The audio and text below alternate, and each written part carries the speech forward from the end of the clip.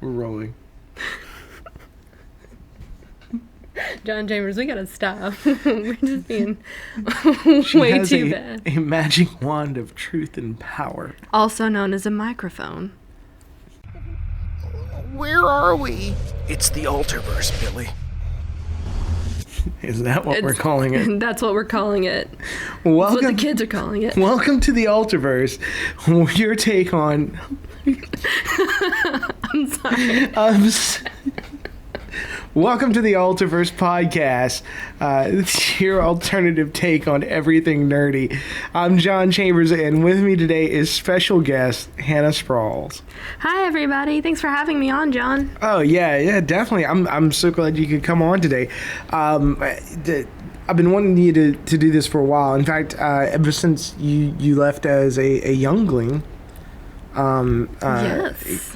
From Hannah, Fairfield. From Fairfield Studios, that's right. And went out and ventured into the world, and now we have you back in our midst as a Padawan. Yes, with Molly. With Molly Corbett Photography, that's right. Taking beautiful photos, mostly. Under her guidance. Yes. There have been some doozies, but I was pleased with the ones from GeekCon from this past weekend. Yeah, those are up right now on the Fairfield Studios Facebook, which is facebook.com/Fairfield Studios, along with the highlight reel. And there's going to be a highlight reel on AlterVerse Comics as well on our Facebook site, and possibly some of your photos, if that's okay. Sure, definitely. Awesome. Yeah, I love the photos. I would love to have my photos featured alongside your absolutely beautiful video. I don't know if it's absolutely beautiful, but thank you. I loved it. I thought it was great. It was fun. It was a great time. For those of y'all who don't know, Travis Barth is over in Denton, Texas this week. And he lives there. But he is working diligently on Superman on 3 Earths and getting all the pre-production for that massive show ready to go.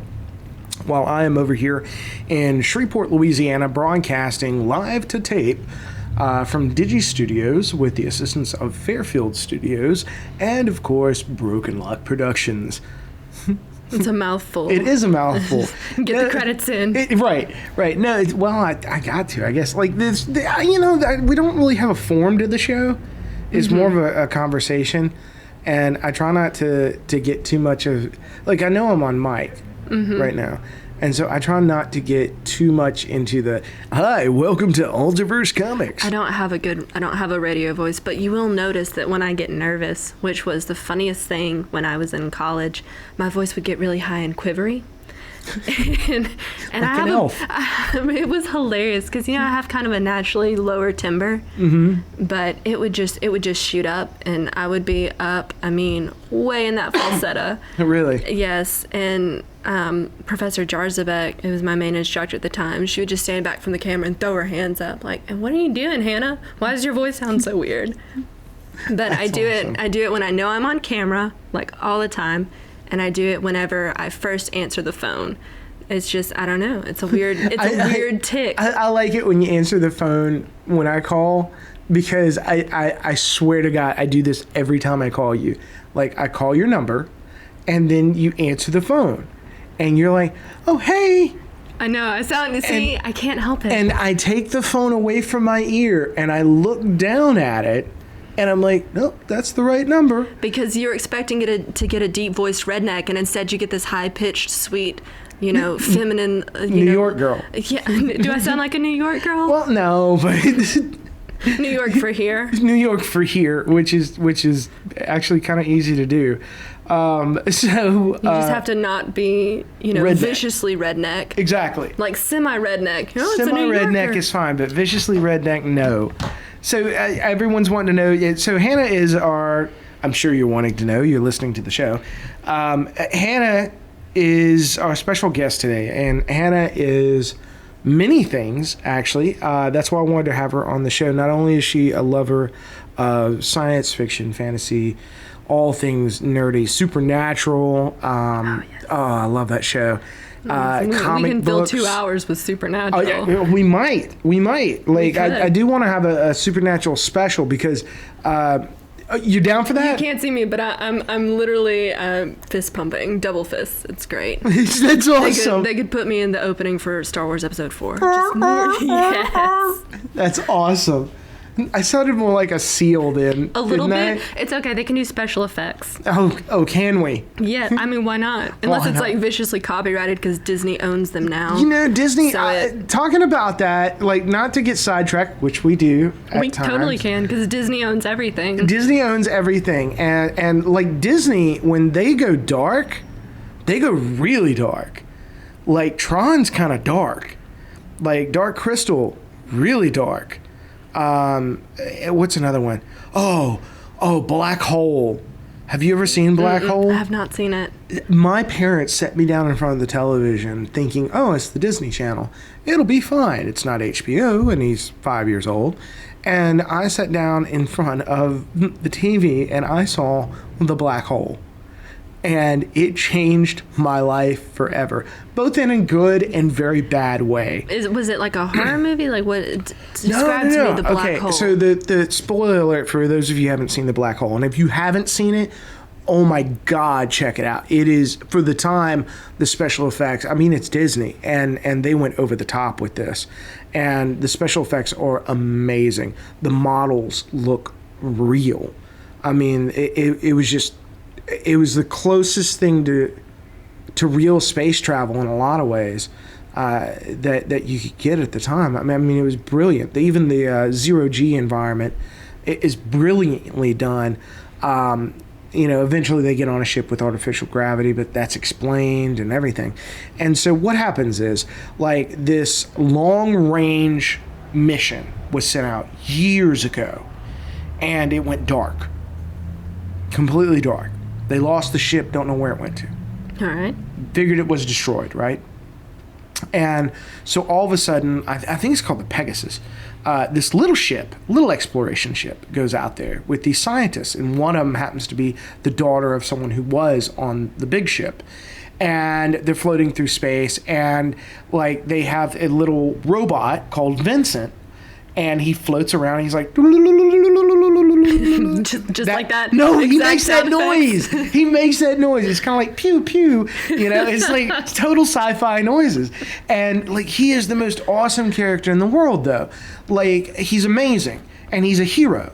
And he's connected through ESP with this doctor who is the daughter of whoever was on the ship. Anyway, they come across a black hole, and they see the ship, and it's on the event horizon. Ooh. But it's not moving. And they're like, how is this possible? How's it not being sucked in? And so they go to the ship, and they start investigating, and there seems to be robots everywhere. And then the captain of the ship, this brilliant scientist, he's like, yes, all the crew died. It was terrible, and they left, and the ship was crippled, but I've rebuilt it, and these are all robots, blah, blah, blah. And there's this one robot that he's built called Maximilian. And it's this huge, like, red, evil-looking robot with, like, spinning hands that, like, tear through your body. Yeah. This is Disney, right? This is the same people who brought you Snow White. And Snow White was pretty messed up. Are you kidding me? It is messed up. That witch stuff of nightmares, man. yeah, I mean, people don't realize, like back in the day, it was more, if you wrapped it, if you said Disney or if you said kid show, like, you could get away with anything.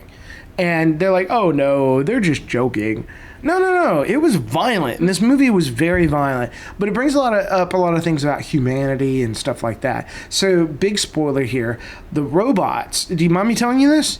I'm seeing now. I'm really torn because you've been describing this movie, and now I want to watch it, but I also want to know so bad. Okay. I'm not going to tell you any more then. So I've teased you with the movie. You're all like, yes, I need to see this in my life. Go and watch it. My list You've of got to movies see it. from you just keeps growing and growing and growing. And one day I'm going to sit down in my room to watch all of them, and no one's ever going to see me again. Because the You should list see is what that happens when long. I go home at night. Like, whoa, phrasing. No, like, I believe in watching something new every day. And sometimes I revisit shows, but most of the time I'll watch something new. And, like, it doesn't matter if it's not even sci-fi. Like, I love sci-fi, and I'm always searching for more sci-fi. But, Like, there's some sci-fi that I will not watch, and there's some sci-fi that I just don't like, and things of that nature. But I believe that if you're in the creative industry, you should always watch something new every single day. Ooh, I support. I'm picking up what you're putting down. Yeah, because like you watch it for the timing. You watch it to enjoy it. I mean, you can truly enjoy something. Like a lot of people say, once you get in the business, you know, your enjoyment of movies goes away because you know all the tricks. That's not true. I don't think so. I think it depends on whenever you walk into a movie, whatever your intent is. Right. Because if are you walk going in to study it, or are you going in to enjoy it? And then too, you can do both. Like I get off on it's a kid show. I get off in oh god, the phrasing there. I know it's just carry on. Yes, on like seeing tricks. On seeing tricks. This is brilliant. This is not going where I think you want it to go. Maybe we welcome to the AlterVerse comics. We'll start over. No. John Chambers now banned from preschools. Right. No. So what I'm saying is like I love like crazy tricks like Sense8. Like we've been raving over this. It's a Wachowski show. The Wachowskis are directing you have to want it. Yeah, I know. And J. Michael Straczynski. I have problems with these names. I'm sorry. And I love Joe. I really do. He's the reason I got, like, one of the main reasons I got into this business. Like, when I met Joe Straczynski. I mean, it really... Straczynski, sorry. I know I'm butchering your name, Joe. I'm so sorry. JMS. When I met him, he's the reason I got into this industry. Like, absolutely. Like, hands down. And I was young, impressionable, and he was kind to me. And, yeah. Wow, how did you meet him? I haven't heard this story. Okay. Well, I've told it before on the podcast, but here's the deal. Like, I'll Reader's Digest brief synopsis. Version. You can tell me more later. So, which is odd because we just went to a convention. And I want to talk about you some more, too. So, I'll tell this story. Let's talk about you, though. Okay. After this. I mean, okay. You were the special guest. We have the special guest you in the show, and I was like, so who is that Hannah girl? Right. John did a lot of talk. I've had a lot of caffeine today. Yeah, so, I see. As John sits here with his 2 cups of coffee. I'm not even kidding. Y'all think I'm joking. No, I got 2 cups of old coffee. It's probably been there all day. And I was like, well, since like noon. Noonish. So, yeah, you know, I mean... a while, but not quite all day old. Well, that's good. Because that's a particular type of stale that's, I mean, you can grow to love it. Especially if you've ever worked in news. Oh, yeah, by far. That's a truth. So things news teaches you: how to go without sleep, how to enjoy really bad coffee. Yeah. And how to find any restroom in America, i.e. the side of a street in downtown Shreveport. Which, you know, I mean, kind of looks like a restroom. It really does, unfortunately. But they're working on it. I'm really happy with everything that's happened there. They had a big convention here this past weekend, and it's called GeekCon. But and talking about JMS, that's how I met him. Not at this convention, obviously, but like years ago, I used to go to conventions. This is before conventions were cool. I mean, they are cool. In fact, I really like seeing this convention. Like I've been to a couple of conventions since then, and each time it's gotten more and more corporate. And this one was less corporate than I've been to in a long time. But it was, I missed the fans putting together a convention. I missed the fans putting together something they love, you know. And back then, Babylon 5, everything goes back to Babylon 5. Babylon 5 was a big show. And, you know, it was in big competition with DS9, and they were fighting to stay alive. And JMS, Joe, honestly revolutionized science fiction and regular TV. He created a 5-year arc that has never been done before. Like, he literally mapped out 5 years, 5 seasons of a show from beginning to end. He wrote the most episodes of a television series since Twilight Zone. Rod Serling. He directed a lot of the episodes. It used CGI instead of models, and he invented a whole studio around this to save on cost and time. And I mean, just revolutionized. It's used electronica music instead of like scoring it with, violins and stuff. I mean, totally changed how things were done. And it dealt with the grittier side of life and politics.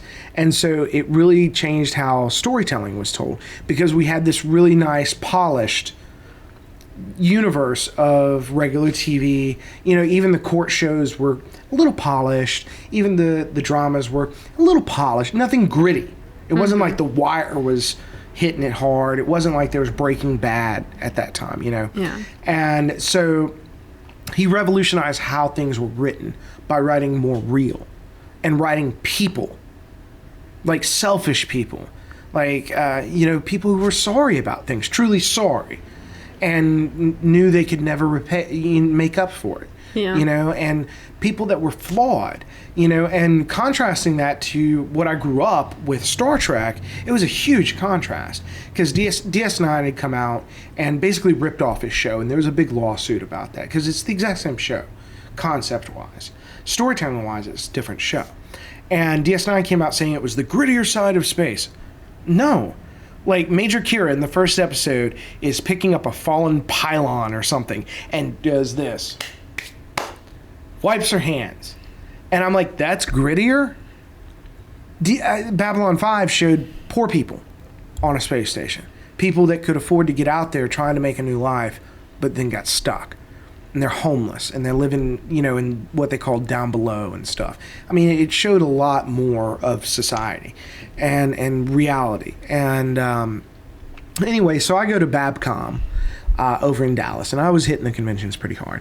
And, I'd been to some Star Trek ones. I was really big on this. I wanted to go to Babcom. And I met Joe Michael Straczynski. And there's a whole story behind this with season 2 and me sitting down with him, whole 9 yards. Like, yeah, it got wild. So I meet him. I've always looked older. Like, I've pretty much looked this age since I was 16. Old. I'm just now catching up to it. And so he thought I was in college at the time. And he was like, oh, college boy. And I was in high school. And I was like, oh, he's being so nice. And so I give him some things to sign, and some of it was like obviously fan made. And he's like, well, this isn't really official. And I was like, no. And he's like, oh, it's okay. So we get to talking. Flash forward. About a year or so later, I go to a convention he's at again. He remembers me. That's awesome. And long story short, he was kind to me and supported my dreams and gave me some hard words of advice, but also really encouraging words of advice. And the big thing is kindness. And we did a whole episode on this. It's kind of like what Will Wheaton says about gaming. Don't be a dick. And I think the same is true in work. Like, don't be a dick. Like, you can be kind to people, and that kindness can, like, not just within your work or circle, but outside of that, especially if you work in entertainment. You meet a lot of people outside of the business. Mm-hmm. And if you're kind to them, it can literally change their lives. When my father passed away, there were people showing up to his funeral that I'd never even met. Like, some of them went to my high school and I didn't even know. And I was like, what are you doing here? And they're like, your father was always kind to us when he was waiting to pick you up for something. And we talked to him, and he gave us good advice, and he listened. And, that meant a lot to me, that he touched so many people. And the same's true with Joe. Like, he did more for me in that moment. And the fact that, like, he was previewing season 2's opener or something, and I was like, everyone's like, oh, it's great, and I was like, no, it's not. And I was like one of the few people who was like, no. And like, we talked about it. He was like, what do you think's wrong with it? And sure enough, like, when it finally aired, he had gone back and changed most of it. And I was like, wow, that's a person who listens to his fans. That's a person who wants to make his show better, you know? Mm-hmm. That's a person who is trying. Each season was better, you know, as far as like the openings and the graphics and everything. And he was trying to make it better, and he was listening to the fans. And the fact that he remembered me and was nice to me and sat down with me and actually talked to me changed my entire life. And so that's the moral of the story, kids. Like, be nice to people, you know? Don't be a dick. I know you have bad days and stuff, but don't be mean to people. And always try to support them in their dreams. I mean, not foolishly. I mean, obviously, if they don't really care about their dreams, don't. But if they truly want something, like, try to help them out as much as you can. So that's a long story. I'm sorry. I'm just blabbing the quick mouth. Reader's Digest. No, but I totally agree with you about being kind to people. I mean, I started out, I was going to be a nurse, and then I was going to be a chemist, and then somehow I came across you guys, and now I am back where I started when I was but a small child of 10 years old. And really? My mom actually found it's... as like any true 90s child, I had Lisa Frank gel pens. So there's a great story. Wait. What's a Lisa Frank gel pen? A Lisa Frank. Have you heard of the brand Lisa Frank? No, I don't know. All right. Well, it was wildly popular when I was in school. Now, so when you like say you were a 90s child, like... I was born in 91, so late 90s, early 2000s was my childhood. So you were, like, literally... Like, I say I grew up... I'm a 90s kid. You know, 80s, 90s kid. Because I grew up in, like, the 80s, 90s. But when you're saying 90s child, you're saying I was born in the 90s. I was born in the 90s. So, like, 91, 92, 93, 94, I don't remember. Those do not matter, count for me, because I was but a wee lass in a lonely world. But I do remember some of the late 90s, and I remember certain things that happened in the 90s. Like, I remember my family's first computer was a Windows 95. And we had a Superman game, and we had Barbie Detective, and there was Minesweeper. And if you want to guess which one of those ruined my life, I'll give you 3 tries. The first 2 don't count. But screw Minesweeper is the moral of that story. I hate that game. And 6-year-old me just couldn't understand it. It was truly tragic. But no, so Lisa Frank was a brand in the 90s, and it was a very flamboyant look. You had notebooks and pencils and pencil cases. Yeah, I'm not familiar with this. It was like pre My Little Pony, but kind of that look on things. Like, there would be unicorns with like a rainbow mane and like rainbow tattoos on the butt of the horse, and like, you know, just wildly girly things that girls liked. And some boys probably liked it too, but they weren't really allowed to like it then like they are now. Right. Like the whole brony craze. Yeah, so that was that era. And so what my mom found was I had this notebook, and it was black paper, and I had written a story on it in gel pen. And I had 2 different stories. One of them was about a little girl who was sick and she didn't want to go to school. Wonder where the inspiration for that came from.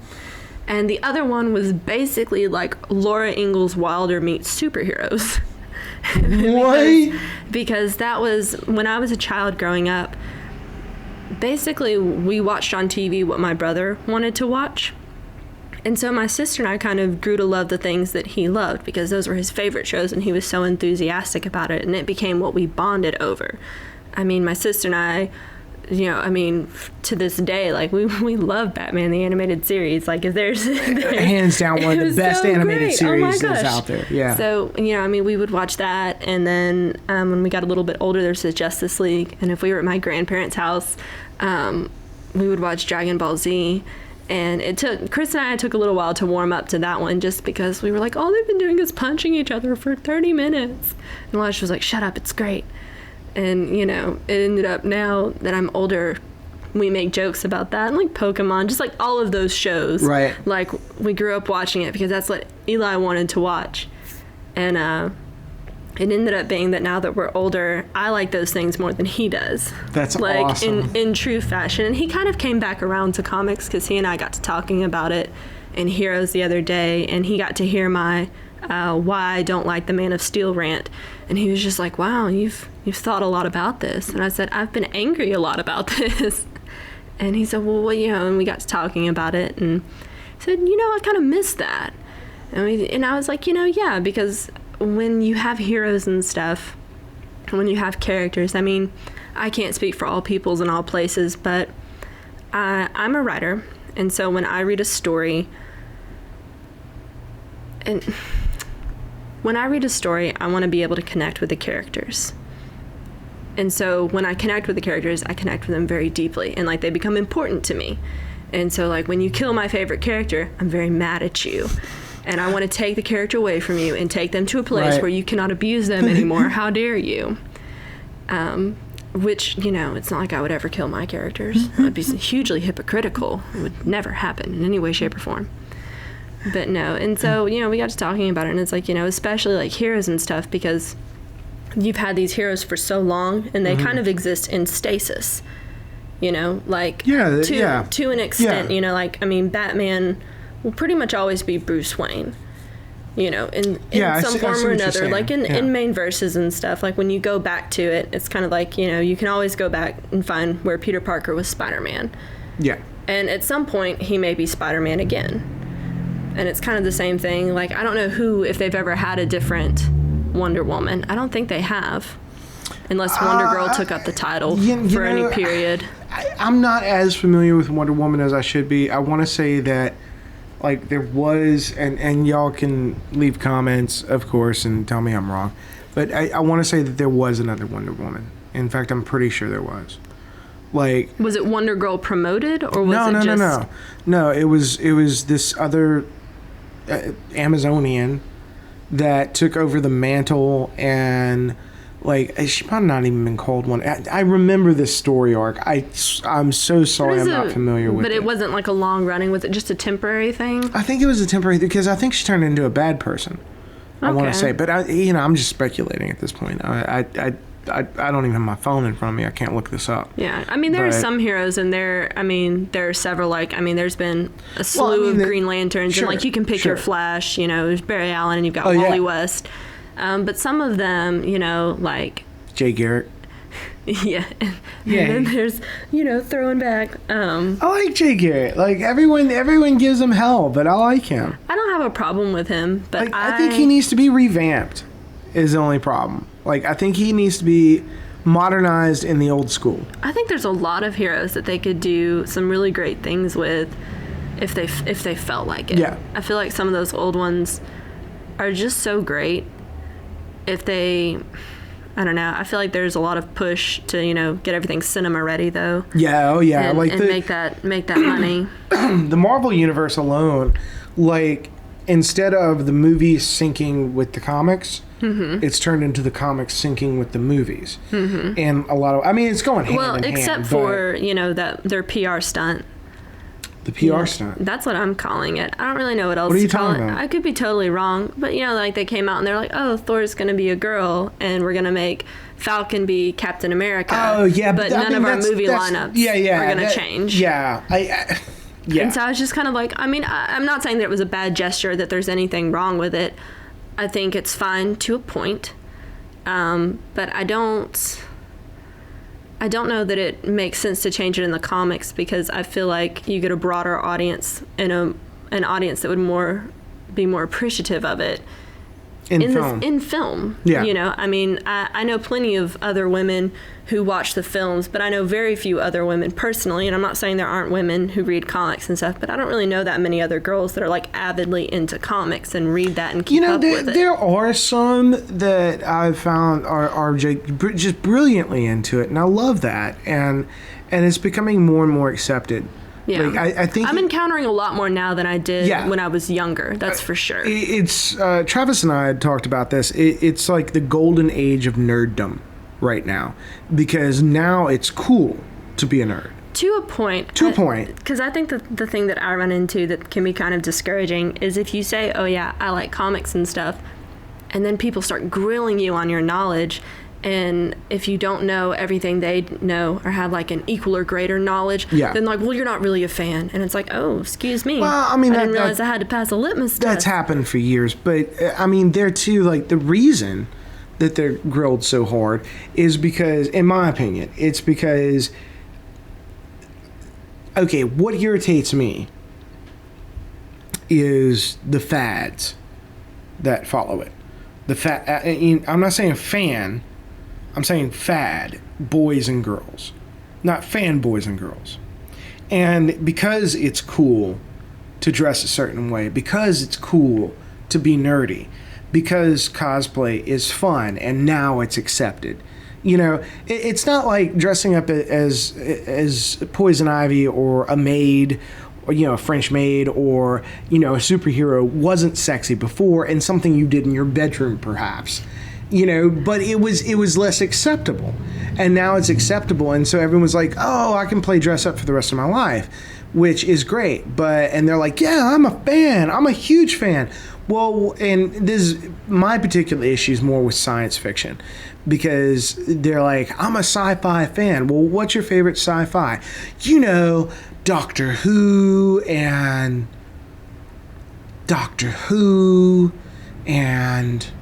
you know, and then you're like, oh, really? Like, what's your favorite Doctor? And it's always the latest ones, which there's nothing wrong with that. Like, a good friend of mine's a huge Whovian, Dr.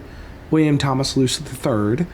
That's a mouthful. Yeah, it is. But Bill, I just call him Bill. Bill or Billy. For the best, I'm sure.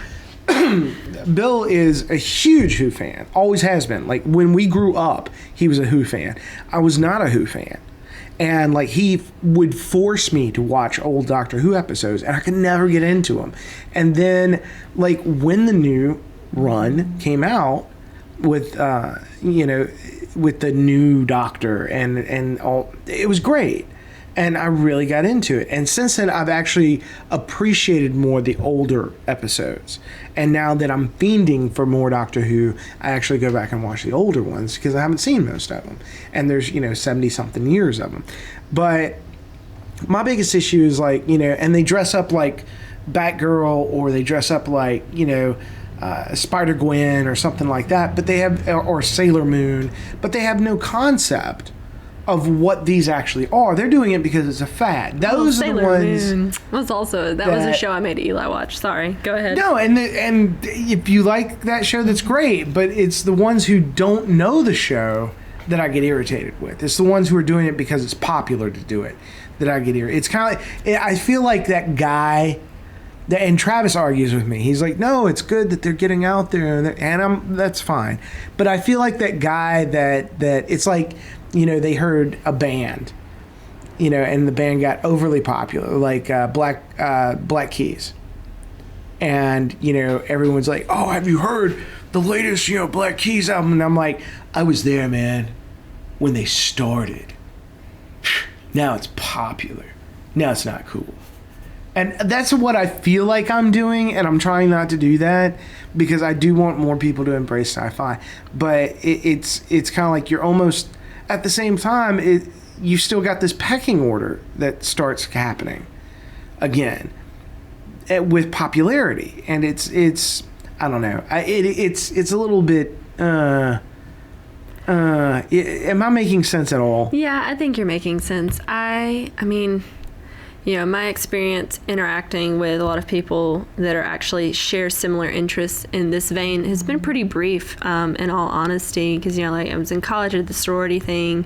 None of my close friends none of my close friends, aside from one guy I know in Alexandria, he and I are buddies, really enjoy any of the film industry stuff or any of the comic stuff. Really? Yeah, and most of my friends don't read either, because I was a very, very big reader growing up. I actually didn't really watch, aside from, you know, like the superhero shows I watched when I was younger. But then when I was in high school, the TV that was really popular was all of my friends were watching The Hills. And they were like, oh, are you team, well, I don't know, forget the girl's name, like Heidi or whatever. Right. And I hated all of that. I never liked it. I never connected with those girls, you know, or their problems, or, you know, I was very much Like, I don't know if this is my thing, which was Right. fine, and nobody was mean to me about it, but it also meant that wasn't a way to connect with them. And so, I mean, I read a lot, and I kind of started getting back into TV in college whenever we had Netflix. And then I could go in, and also like the rise of Flickster and like some of these other apps where I could get on and I could see what other people were saying, because I love my friends, but my friends are like, oh, How to Lose a Guy in 10 Days, best movie ever. And I'm like, not my cup of tea. Right. My sister and I, when we have girls' night, like we went and saw the last James Bond movie was what we did for girls' night. That's awesome. And I won't talk about the spoilers, but that did hurt my heart a little bit. Sure. Dame Judi Dench, man. No. I know. I love oh my her. Gosh. I Chris love just turned her. and looked at me, and she was like, oh, and I said, I know. But yeah, so I read a lot, and I didn't really know people that read the same books as me either, because I read all over the place. But what was that moment that you were like Travis and I kind of went over this. What was, and like we have that heartwarming story of, you know, the like I knew when I wanted to get into the business, which was Joe, like for certain. Like I was interested before, but he sealed the deal. Mm-hmm. Like meeting that man sealed the deal for me. Because I was thinking about being a veterinarian. Like, I can so see you cuddling up to some puppies, though. But I'm glad you're in this business. Yeah, but I'm picturing you with a bunch of puppies is probably the cutest thing ever. Thank you so much. But I'm picturing you in your dapper suit, looking like a straight gentleman. Oh, yes. Because that's what veterinarians do, right? Sure. They always practice animal science in full suits. Always. No, I love animals, and I grew up with it, and I really wanted to be a vet. And but ever since I was a little kid, I enjoyed performing for people. I enjoyed television. I mean, I grew up on television. You know, it was a little bit of a babysitter a lot of times. Even though my dad spent tons of time with us, and my grandparents did too on my dad's side, it was still a little bit of a babysitter. Like, it was my escape. I think it was put best in Sense8 when they were asking, I can't remember the character's name. It's the young man. And the lady from India was asking him, you know, I've seen these kind of houses in the barrios or whatever of my country, and they have dirt floors, but they have a huge television. And he explained it's because we have dirt floors. It's because this is my escape. Mm-hmm. With this, I can go anywhere. And I was like, that is so beautiful. And that was my escape as a child. Like, because I was running from a lot of things as a kid too, and that was my escape, was television. So I always joked, well, the reason I went into TV is because I wanted to give something back to it, since it gave something to me.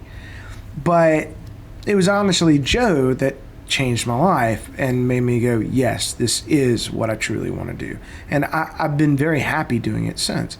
But I have a comic that changed everything. It's Daredevil. Seriously. Like, I can tell you how the cover looks. I don't even have this anymore. Like, I know the cover. I know what it says on the top. I mean, it changed my world.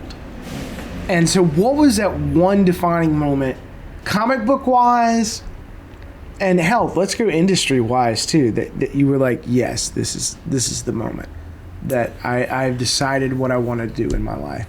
Like, first off, comic book. What was the comic book or sci-fi? It could be sci-fi show. Mm-hmm. What made you an awesomeness person of an awesomeness person world? Let me sit here and tap my finger against my mouth while I think. See, I feel like it's going to sound really, really silly in comparison, because you've got this awesome story about the moment you decided that it was for you. Mine was actually kind of a process that kind of culminated in me being at home, drinking wine and watching Netflix, and I was watching my favorite show, which is Supernatural. Yes! And it was one of those shows, I actually did not want to watch it I had a friend recommend it to me, and she was like, "You'll like this show." And I've heard that before. And as I talked previously, Right. I don't always trust my friends, Right. because they have steered me wrong time and time again. Love them dearly, great girls. Not keen on their movie recommendations. Right. And she's like, "No, you need to watch it." I'm like, "Well, what's it about?" And she's like, "There's like brothers, and it's got like, you know, the devil in it, but he's not so bad. And then, you know, there's like an angel in a trench coat." And I was just like, "All right, sounds great. Sounds great. Right. The devil and he's not so bad." You know, and she was like, "You know," and it starts out horror, which I have a strong aversion to horror because I'm the ultimate wimp. I cannot handle it. Like, you know, Paranormal Activity had me sleeping with my lights on for weeks on end, shamelessly. Yeah, and I hate that, like, certain, like, Hulu and stuff like that and Netflix, like, they'll lump in horror and fantasy with science fiction, which I think is not... No, these are different genres. But it did start out very much like a horror scare show. Yeah. I mean, the first episode was terrifying. The first, like, whole handful of episodes, like The Hook Man, are you kidding me? No, I'm going to take a hard pass on all of that. But I was sitting there watching it, and this was actually not all that long ago. And I had really been wrestling with what I wanted to do because my whole life, in between my siblings, my brother's always been the funny one, my sister's always been the beautiful one, and I've always been the smart one. Which I don't really know how I got lumped into that, because both my brother and sister are incredibly intelligent, and, you know, they both make, you know, great grades. They're both very intelligent in their own right. But, you know, when people start putting labels on you, once something sticks, it's like, you know, glue. Good luck getting it off. And so I wrestled for a really long time because I've always wanted to be a writer, and I've always enjoyed acting as well. But predominantly writing. Like, if we have to choose true love here, then it's no contest. Right. I love to write. I love to create stories and characters. And that started at an early age. I used to make up bedtime stories for my sister when she was little, and because she wouldn't go to bed. And so I would talk her to sleep. And then as I got older, I felt just very pressured to do what smart people do, which is pick a more prestigious profession, something that's intellectually smart. And so I thought, well, I'll do nursing, but I have a fear of needles. Okay. So I don't know. Bad choice. No, like literally, like if do you one, really? I do. It's not so bad when it's going into somebody else, but like any needle that gets near me, I have to be like laying on the ground, or I will pass out and have a reaction. I am not. So yes, no, needles. I've seen that happen before, and I don't understand it. I don't either. It's not like I'm, because it's not like it hurts. I mean, I've had great nurses, and like I didn't even know they were you know, putting the needle in, yeah. and I just looked down, and then all of a sudden it's like, oh, there go my eyes in the back of my head. Really? And, you know, hello concrete. Wow. But yeah, so nursing, I was doing really well, but I hated it. Right. I hated it passionately, fervently. I mean, you know, I was ready for Jesus to go ahead and come back so I didn't have to keep doing that, you know? Oh, wow. I just wanted out. And so then my dad was like, well, you've always really liked chemistry. Why don't you go and be a chemist? I thought, okay, yeah, sure. You know, I like chemistry. I've always enjoyed it. At what point were you at this point? Like, were you just into college? Or? This was just into college. I did nursing for about... Where'd you go to college at? I started out at Northwestern.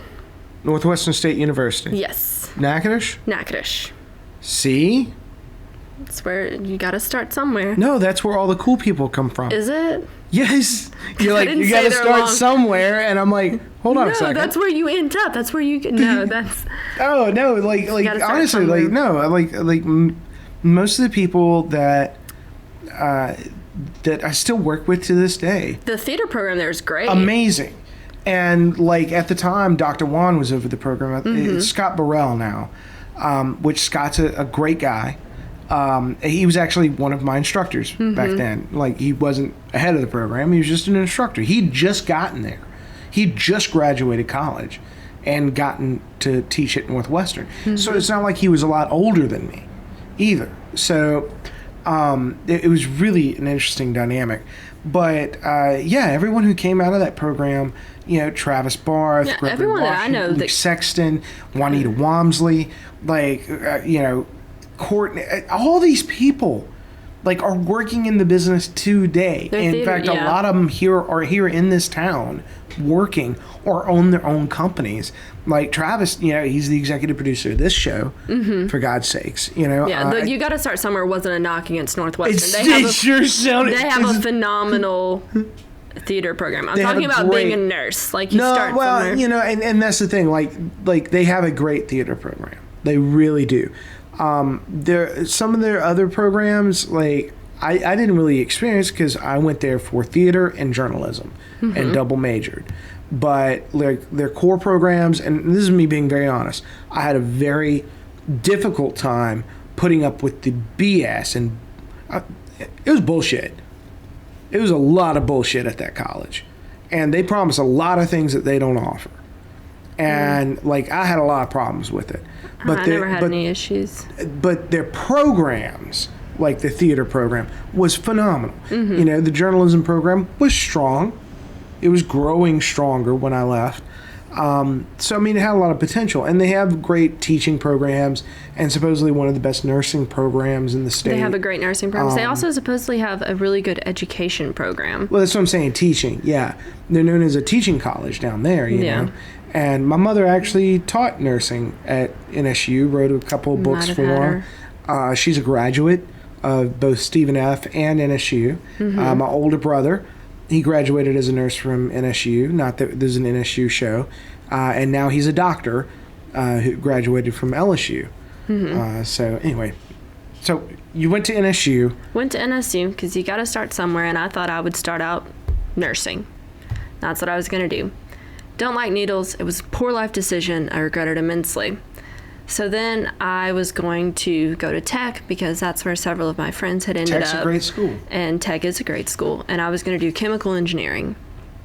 Well, long story short, I made a pit stop at LSU Shreveport because it was at the end of a December semester when I left NSU. I'd been there for a year and a half. And I thought, I was about to be in clinicals. And I thought, this isn't... Oh, wow. Yeah, I was like, this isn't what I want to do, and I don't know how I'm going to make it through clinicals with this whole needle thing that I have going on.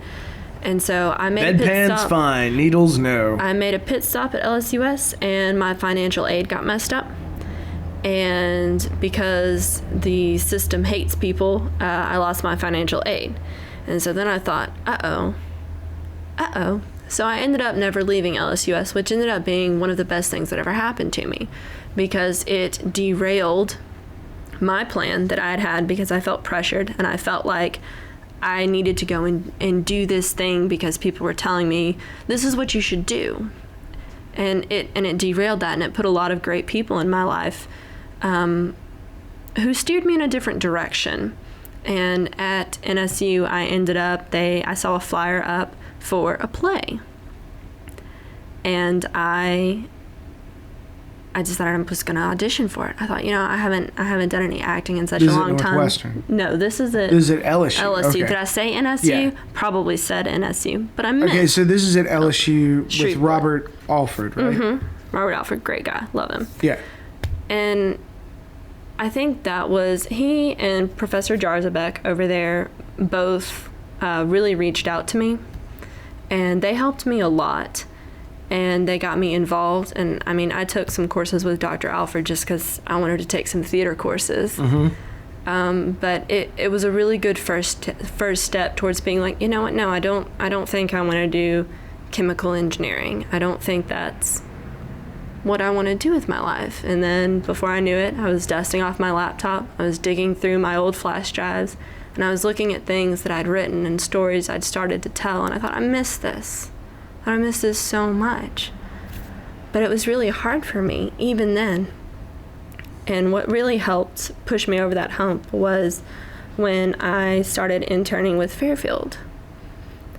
And because parallel to that was I started interning for Fairfield and I did another play. And that was kind of when I started making my real decisions because my parents they don't support this. My family doesn't really. Like, they think it's... Really? They think that it's nice that I'm happy.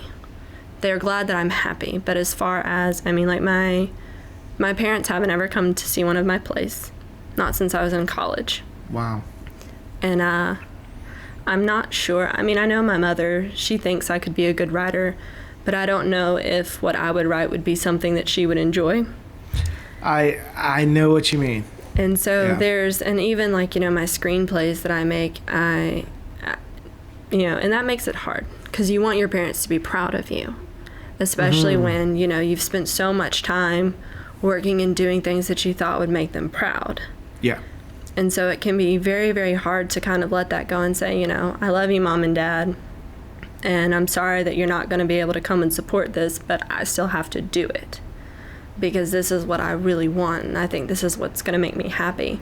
And I would rather try this and fail than do what everyone seems to think I should do and be really unhappy. You know, and I know that sounds super millennial cliche because we have such a, you know, you got to do what makes you happy type culture. And I'm not saying shirk your responsibilities or anything like that, or just, you know, throw caution to the wind. Like, do it smart. Yeah. But I am saying that, Work you know, hard. you have to live with your life decisions. Yes. And I was sitting there and I was watching Supernatural, which is my favorite TV show because they're great characters. And I love being able to sit down and have Sam and Dean always be Sam and Dean. And to know that they have that brotherly love and that family bond. And I thought, this is, you know, these are great characters. And, you know, I've been watching Supernatural for a long time. And it's been a great support system for me, these many years. And I thought, I would love to tell a story like this for someone else. And that was kind of when I decided, I thought, you know, yeah, I think that's what I'll do. And, you know, it's not grandiose. I didn't have anybody that came and pat me on the back, but I had a lot of people supporting me.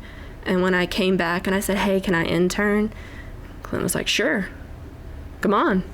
And then I was doing jobs, and then I was hanging out with you. And then Molly snatched me up and she was like, do you want to take pictures? I was like, yeah, sure. And so now I have a desk here, and I have a place to write, and I have scripts written, which is crazy, like actually finished, even formatted. That's me, my mind being blown. That's that sound effect. You might want to put a different one in. No, that was good. That was a solid sound effect. Yeah.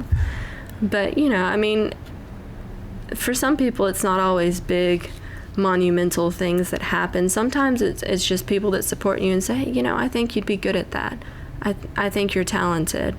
You know, I think that's a good start. To tell you the truth, I think that it's those little things that do make the difference, you know, like with your story, it's the little things that all add up, you know? And yeah, I make a big deal about Joe and everything. It was because he remembered me that made a difference to me. That, you know, some old guy can make it, I can make it too, you know?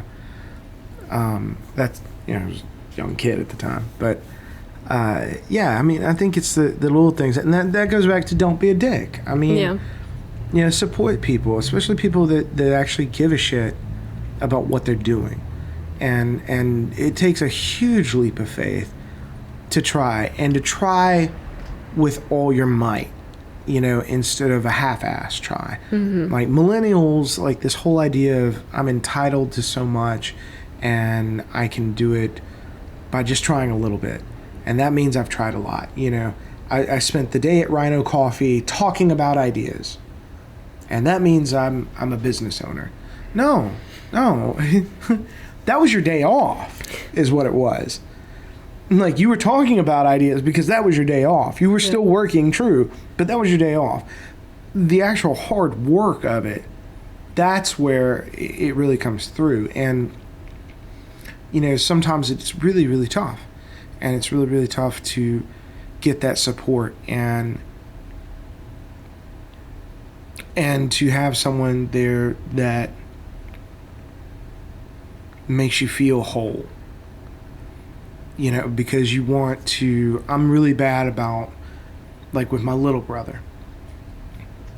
I'm really bad about putting him in this idolized place in my life where if he's not proud of me, and this is my little brother, if he's not proud of what I'm doing, if he's not like, wow, that's really cool, then it hurts. It really hurts me, you know, because my stepbrother, he's going to support me no matter what. You know, Travis, he's going to support me no matter what. And my little brother will too. But, like, I've always, he's so smart. And, like, he's done so many good things in his life. And, you know, he's an accountant. And, you know, he's opened and closed businesses. And, you know, my older brother's a doctor. And my stepbrother is, like, an IT manager and of a company. And I'm like, oh, my God. And I'm this artist. And, you know, I never want to be the one that's the effed up one, you know. I never want to be like, oh well, that's every family's got to have one, you know. And so it's all these little things that do culminate in a direction, and I think there's moments that make you decide, yes, this is what I want to do. And I think that it's not millennial to say live your dreams. I mean, for God's sakes, the whole idea of the American dream, whatever you want to be, you can be in this country, or you can at least damn sure try. If you try hard enough, and if you're a little bit lucky, you might make it. It's not going to guarantee it, but that struggle is also what shows you who you are. And that's really important, because I've seen people come from nothing and become millionaires and are the nicest people. You'll never know that they're a millionaire. I've seen people come from nothing, become millionaires, and they are dirtbags because they want to get back at people. And they want to show that they're big people because of it.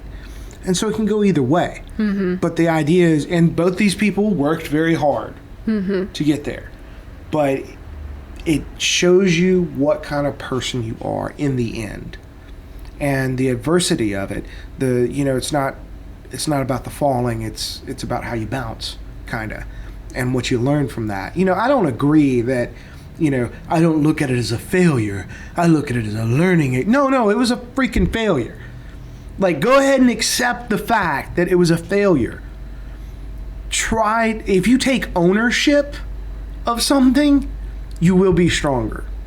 And if you can learn from that failure, you will be stronger. But it doesn't mean you didn't fail. Yeah. You know, and you're gonna have ups and downs in your life. Everyone is in their lives. This business, one month you're making, you know, 10 grand a month. The next month you're eating ramen noodles. The next month you're making barely enough to make it. The next month you're making 10 grand a month. And it's so up and down. But that's the fun part. That's the ride. And you're getting to do what you love and how you love it. And I think it's great that you're a writer. I think, you know, when you came into the Fairfield Studios program and the House Concert Series as an intern, we were blown away. Seriously. I just raised a skeptical eyebrow. Yeah. Oh, yeah. You can't Those see of that, you I who guess. can't see. I know I sound quiet, but I'm making all kinds of facial expressions. No, but it's true. Like you came in and we were thrilled to have you, and like you were one of the smartest people we'd ever met. And I know, right? There's that word again. We put the bar low. No, I'm just kidding. Wow, I couldn't skip resist. on over it. Yeah, no, seriously. Like, you were smart, you were talented, you were a hard worker, you were passionate, and like all those together, you quick to learn and figured out stuff on your own, and wanted to learn more, and you know, great personality. You know, you're beautiful inside and out, and you have charisma with people, and you're funny in a really quirky way that goes well with us. As long as it goes well with you, because I know sometimes I'll say things and and it's not received well. And I'm like, well, there goes that. Well, it's okay. I say things all the time that's not received well. It depends on the company, you know? It really does. Like, honestly, like, if I walk up to a woman right now and say, get naked, it depends on the woman if she's going to be like, oh, yeah, or oh, no, or shoot me. Or shoot you. Right. This is the South. That's very likely to happen. Right, exactly.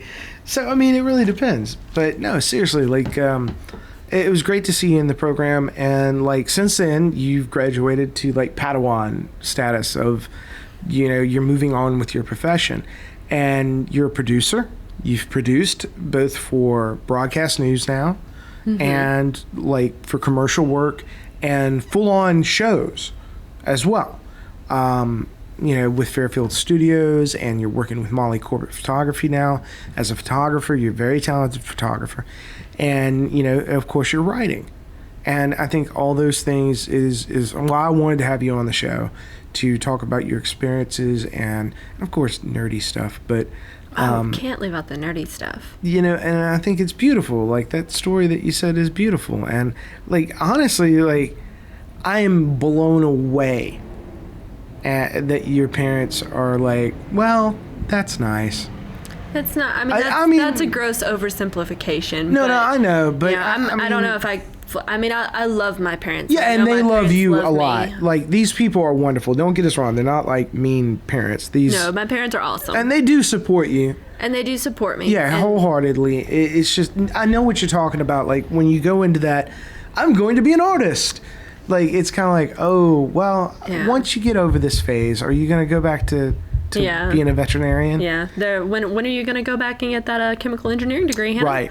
You know? Right. I mean, you know, you've already got a lot of hours towards it. Right. So. No, I know what you mean. I have 4 college degrees. So You know that. You know about the struggle. Yes.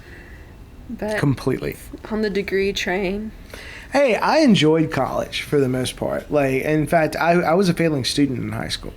And I was in a magnet program, which is, you know, accelerated high school program. And I was almost kicked out. And I hated high school. Hated it. I hated the people.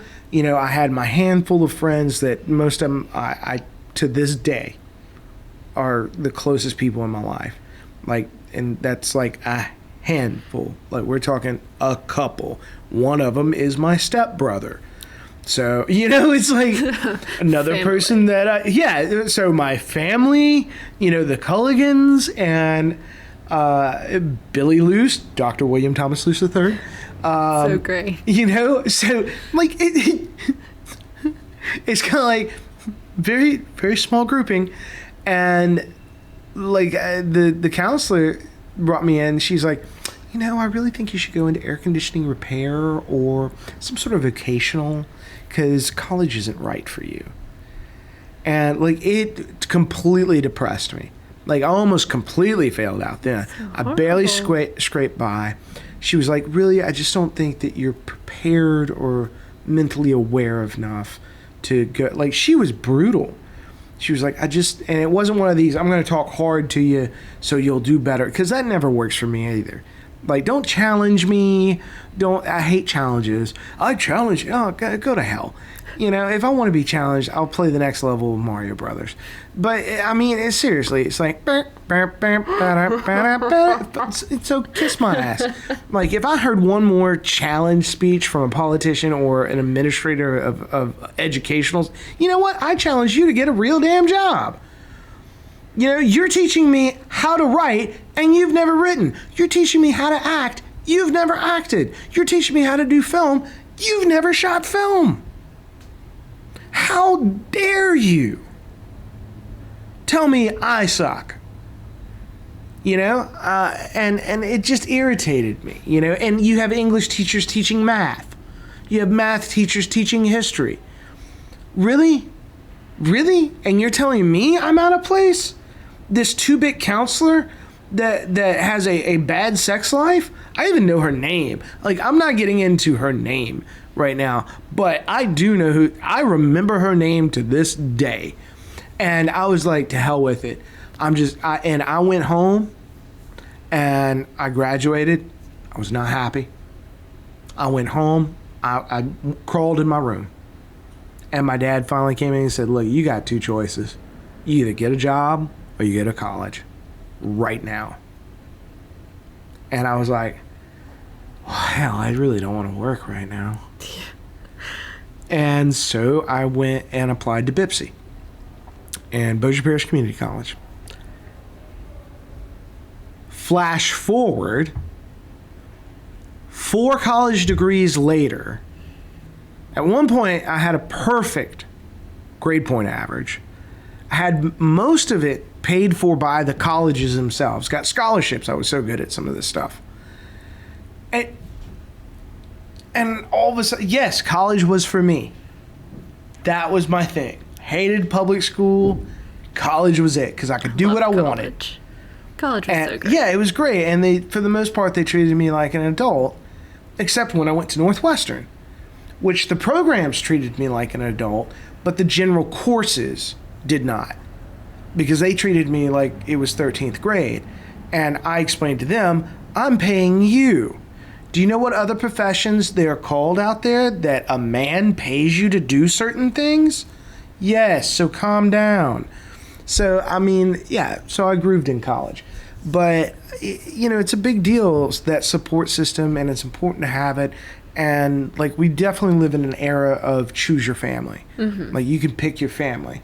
And that's why we always say film family and stuff like that, because it's definitely a support system that's there. Which you need. Yeah. I mean, you can have the greatest ego strength in the world, but there's something about having someone else who cares about you. Mm-hmm. Not random strangers, but, like, people who care about you and who you know love you, that say that's really awesome, or that's cool, or I'm glad you're doing that. But, I mean... It changes things. And that aren't bullshitting you. Yes. Like, prime example, like, I've told you when I'm like, no, that's just not working. And at the same time, I've told you, oh, that is freaking brilliant. You know? It's that give and take. I mean, because you always, my mom always says it. She's like, you know, you don't ever want friends who won't tell you like it is. That's a fact. She was like, you know, I think it's probably one of her Bible verses or something. It's like, faithful are the wounds of a friend. And she's like, I mean, she's like, friends will tell you stuff that hurts. She's like, but if they're your friends, she's like, it comes from a place of love, and it comes from a place of wanting you to be better. All the time. Yeah, absolutely. All the time. Like, I think that's so important for people to realize. And a lot of people, they have egos that they can't get over. They think they're brilliant, period. Especially artists. Artists are like, I'm going to run out with a camera. I've never used one before. You know, I don't need to write a script. I'm just going to do something. Maybe I'm in the wrong profession after all. It's so opposite. I'm like, okay, so you want to come with me, right? Because I don't know what I'm doing. No, and that's the brilliant thing. Like there's tons. I learn something new every single day. And it doesn't matter in what I do. I learn something new every day in this industry, whether it's acting technique or writing or, you know, shooting, producing. Like, I learn something, a new trick, a new way of doing something every single day that I work. And I try to work 7 days a week. I mean, that's how much I love it. I mean, I love what I do. And I work very hard at trying to make a living. And that's not selling out.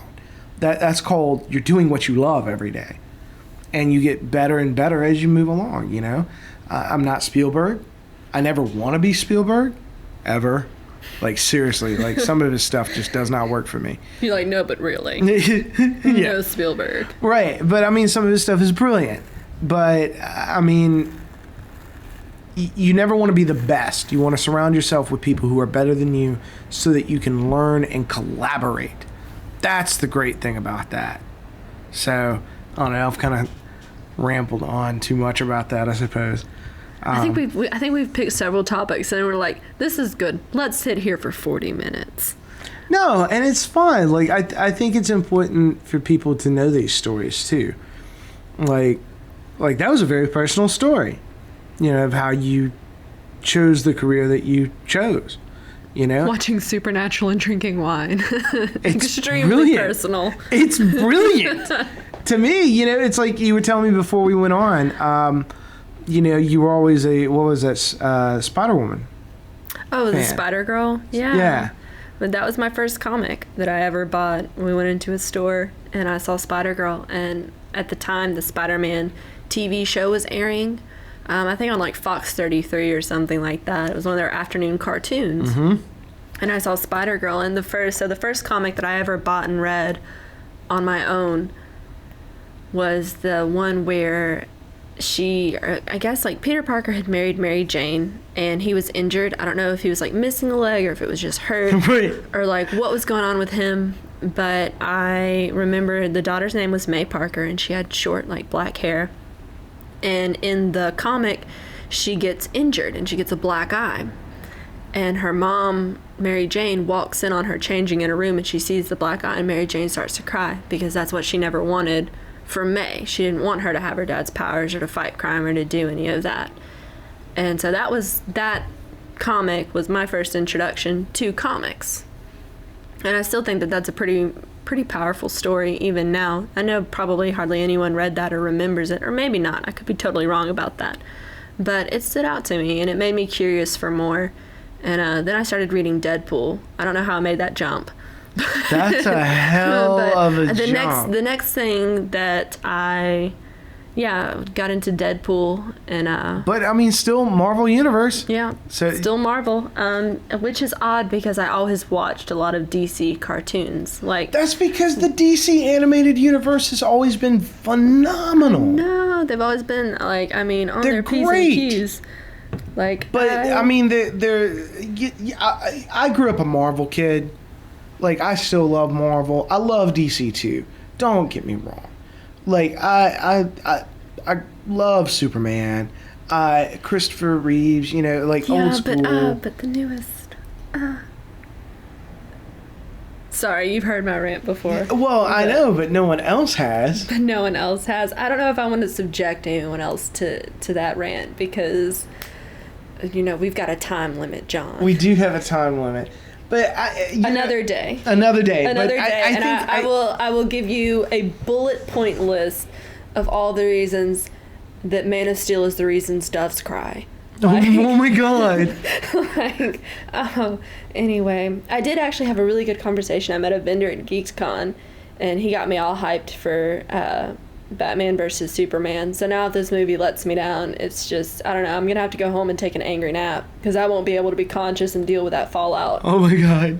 I will literally have to quit consciousness, go home, and reboot for about 3 hours before I can come back from that letdown if it's not good. You went to GeekCon. Yes, I did. And that was, the title sponsor was Geek for Life. Yes. And yes, it was. Great folks over there. And I mean, I love their store. You know, there's a few favorite stores that I love. And, you know, the one in Freaks and Geeks in Denton, I love to go to. You know, I love hanging out there. I love Geek for Life, you know, because it feels great just hanging out at their store. And Excalibur Comics and Cards. Like, I grew up with Excalibur, you know, and I love Excalibur, which they've got their own podcast and blog and everything else. And it's really interesting. I mean, they are like, you want to talk about breaking it down for you to the point that I'm like, oh my God, I got to get out a notebook. I have a headache. Like, yeah, I mean, it's like, holy It's like, well, crap. now I feel ignorant. Right. Someone play a banjo and hand me buck teeth. Yeah, no joke. It was like, apparently I can't read. Apparently I cannot read like these people. But was that your first convention? Have you ever been That to? that was my first convention. I've never been to one. I never had anyone to go with. Really? For anything. Yeah, I had talked to the same friend of mine that got me into Supernatural. We had talked about going to a Supernatural convention because they have one in Dallas. Oh my God, I would love that. Yeah, but you know, I mean, things happen. People get busy. All my friends are married now and or have children, and that's just All of them?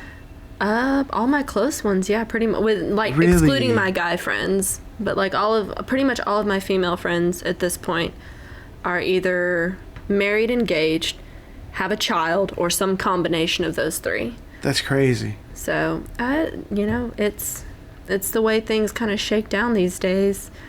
But I mean, I could even days. What? No, I don't agree with that. I mean, it might be how people do, but it's. I mean, for God's sakes, it's 2015. number one, birth control exists. It's a thing. I'm not disputing that at all. And here's the thing, like, everyone's like, oh my God, I can't believe people had like 15 children back in the day to work a farm. And they just kept spitting them out. Really? Because it seems like everyone's spitting out kids pretty damn early these days, too. It's not my They sister, just cut it off at like 2 to 4, you know? For the most part. For the my most sister part. actually has more friends married than I do. And she's 20. Which, yeah, she had friends getting married 18 or 19. But I will credit some of that to, you know, I mean, we all went to Baptist high school. So, I mean, there's kind of that, you know, it's much more accepted in a religious community to marry very young and have children very young. Which, you know, I mean, if that's what you want to do, then you go ahead. Yeah, sure. But I'm not planning on settling down anytime in any kind of near future, unless we're talking about, like, there might be an AlterVerse me out there that's married and has children. And God love her. I'll send her some prayers. And but you're a nurse. She's the only one. Yeah, there's probably an AlterVerse me that's a nurse, and it's probably panned. It's like a television show, and it's like a romantic comedy. This hapless nurse that faints at the sight of needles. Right. And is like in love with one of the other nurses or something. It could be a thing.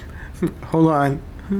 Yeah, there's got to be. Hold on, now I've got something going in my head right now. You've got something going in your head. There's got to be an AlterVerse me out there that likes girls. There are guy nurses too. There are guy nurses too. But I did think girl actually at the first. best. Yeah, I mean, it's what everyone's instantly goes to. I mean, I got no problem with that. Like, actually, one of the best nurses. You know, I'm had. very open-minded. Yeah, so. I went to the emergency room one time, and it was the first guy nurse I'd ever met, and he was cool as heck. They pay well for guy nurses. Yeah, he just gotten back. They pay well for guy nurses. It sounds like he's a gigolo or something. I know, that sounds terrible. Now we sound really sexist. We just like really dug ourselves into a hole. Yeah, with a backhoe. It's like how do we not sound like sexist idiots now? Exactly. We've already established that we only think nurses can be girls. Right. There's no coming back from it. Sorry. Somebody's gonna put our faces on internet memes now. Oh no. Oh no. Ultimate shame. His things on the internet never go well for anyone. Well, this is going on the internet. This is going on the internet. And case closed on that one. And on that note. Right.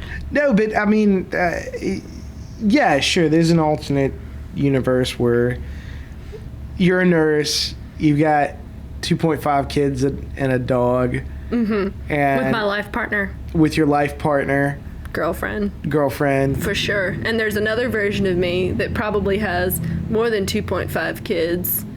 God knows what's going on with her life. I don't know. I have like a fear of all of that, though.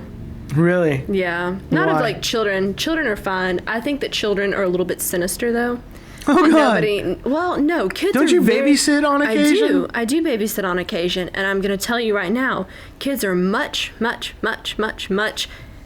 et cetera, infinity, much more muches than people get, like, much more intelligent than people give them credit for being. By far. They do things all the time, and I'm just like, that's so smart. Now I know why you get away with things. Mm-hmm. And, you know, I mean, I don't have to deal with it because I'm the babysitter. So, like, it's not like I'm not disciplining anybody's child. Like, if your kid does messed up things, I'm going to let your kid do messed up things because that's your child. But, yeah, I know. I see kids and I can hear them. Like, I had this one little girl, and she wanted to help me do something. I was at work, and at the time, her parents were my boss. And she's like, Dad says I can help you. And I was like, okay. So she gets up there, and then I go into the back, and I hear him, and he's like, you know, what are you doing on the cash register? She's like, Miss Hannah said I could help her. Oh, my God. Oh, my God. I was like, snap. She got me. But, you know, kids do stuff like that all the time. Sure. She's like 4 or 5. And she knew. She knew what was up. That's awesome. And she didn't get in trouble for anything. I walked back out, and, you know, he's got her, you know, drinking a little smoothie off to the side and stuff. And I was like, I see you. I saw what you did there. You're a smart cookie. I'm not going to call you on it. Look at you go.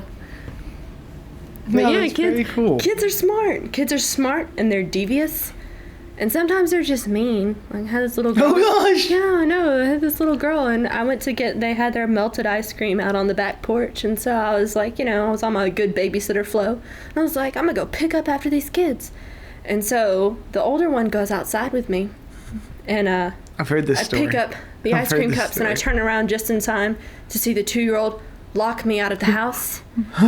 And I'm standing there with like drippy, sticky ice cream leaking between my fingers and dripping onto the floor with just this forlorn look on my face because, oh my God, I'm outside with drippy, sticky ice cream, a 5-year-old, and no cell phone. And a 2-year-old has now locked herself in the home. And the older sister goes, yeah, I meant to tell you, she does that sometimes. Just like, thank you. And so, I mean, it was really bad. And so I'm panicking because I'm thinking, oh my God, what am I going to do? You know, and I'm still standing there holding these drippy, melty, sticky ice cream things. Which I hate now. I see them and it's like instant negative reaction because that stuff. Like I will never be able to enjoy individually packed Bluebell ice cream cups. They're forever ruined. Again. And I was like, I'm going to have to go to, I didn't have her parents' numbers memorized. I was like, I'm going to have to go to a neighbor's house with the 5-year-old, knock on a door, go with inside, call my sister to get the phone number of the woman who has the mother's phone number so that I can call her and her husband home from their date to let me in the house. So I'm like, this is humiliating. This is terrible. God. This is embarrassing. I'm locked out of the home by a 2-year-old and there's nothing I can do about it now except hope that someone will have mercy. So I'm like, we're walking around the side of the house to go in and enact this brilliant plan that I've had. And the 5-year-old goes, well, where are we going, Miss Hannah? It's like, yeah, well, we're going for help because I need an adult is what we're doing. Oh my God. And she's like, we have a spare key.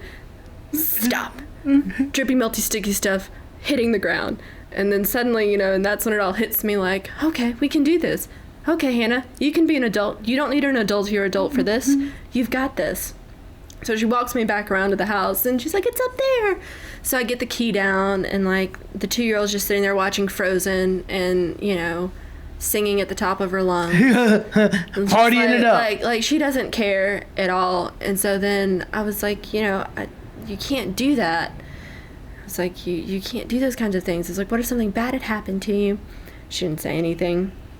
And I was like, you know, and I thought about putting her in timeout, but she did make a very good point. So I said, you're not supposed to do that. And she said, you didn't say. You didn't say. I was like, that's true. I did not say you could not lock me out of the home and cause mass panic. You were correct, child. I didn't think I would have to create a law for that. I did not clarify that. You were right. So you get off on a technicality because I want to teach you about the American justice system. Right. So you will not be punished for this heinous crime. Enjoy it. Oh my God. And that's why I'm a great babysitter. I taught her all kinds of life lessons right then. Oh my God. I'm so never letting you babysit for me, ever. I mean, I learned some lessons too, but yeah, I mean, they're not bad. I make them sound like they're all monsters, but they're really not. No, I know. Because they're good kids, and they the first time that they tried to throw tantrums, I was just like, look, if you want something, you can ask me for it, and there's like a 99% chance I will give it to you. But as soon as you start screaming, Miss Hannah can't handle it, and Miss Hannah's not going to give you whatever it is. Right. And like once we had that understanding, we were golden. Love those kids. They're fantastic. They're fantastic. Except when they're locking me out of the house. Right. Making me stand there with drippy, sticky, messy ice cream, panicking. That was thinking about calling a certified adult. A certified adult. I needed one. Like I have those moments all the time though. Like bad things will happen to me, which I don't understand because I think I'm a pretty good person. Oh, you're a great person. I'm just like, why, Lord, why? But you know, bad things will happen, and I'm just like, I really need a grown-up to come and help me right now because I don't know what to do about this. It's like whenever I had to go, I posted an all call on my Facebook asking somebody to recommend a doctor in town because I tried to call and make an appointment with my pediatrician the other day, and they were like, you're too old, we can't see you anymore. I was just like, wow, here's another thing college didn't prepare me for. Correct. This moment. Correct.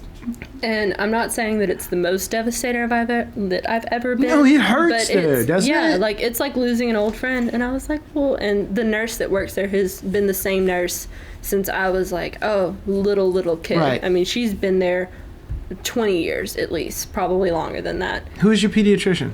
Dr. Pistorius. Okay. Mine was Dr. Mack. Well, it was Dr. Strain originally, then he retired and Dr. Mack took over. And I think he told me when I came in, for some reason, I made an appointment with him and I came in and I'm sitting in a room waiting for myself and there's these like kids everywhere, right? And Dr. Mack sees me and I think I was 25 years old and he's like, John, you got to find a doctor. But see, it's too hard because you trust your pediatrician. Like, that's Right. childhood trust that you've placed in this person. Yeah. It's just hard to mimic that. I mean, I have other doctors that I've gone to see for, like, other random stuff. But, I mean, like, nobody will ever be Dr. Pistorius. Right. Exactly. No, I feel the same way about Dr. Mack. And it's Dr. just Mack hard. actually takes care of my nephews now. Oh, So that's see? really cool. I love it when that story has a happy ending. Yeah. I Makes me mean, happy. we're still close to him. I mean, he's amazing. And, we take our I take my nephews go to him, for all their pediatrician type needs.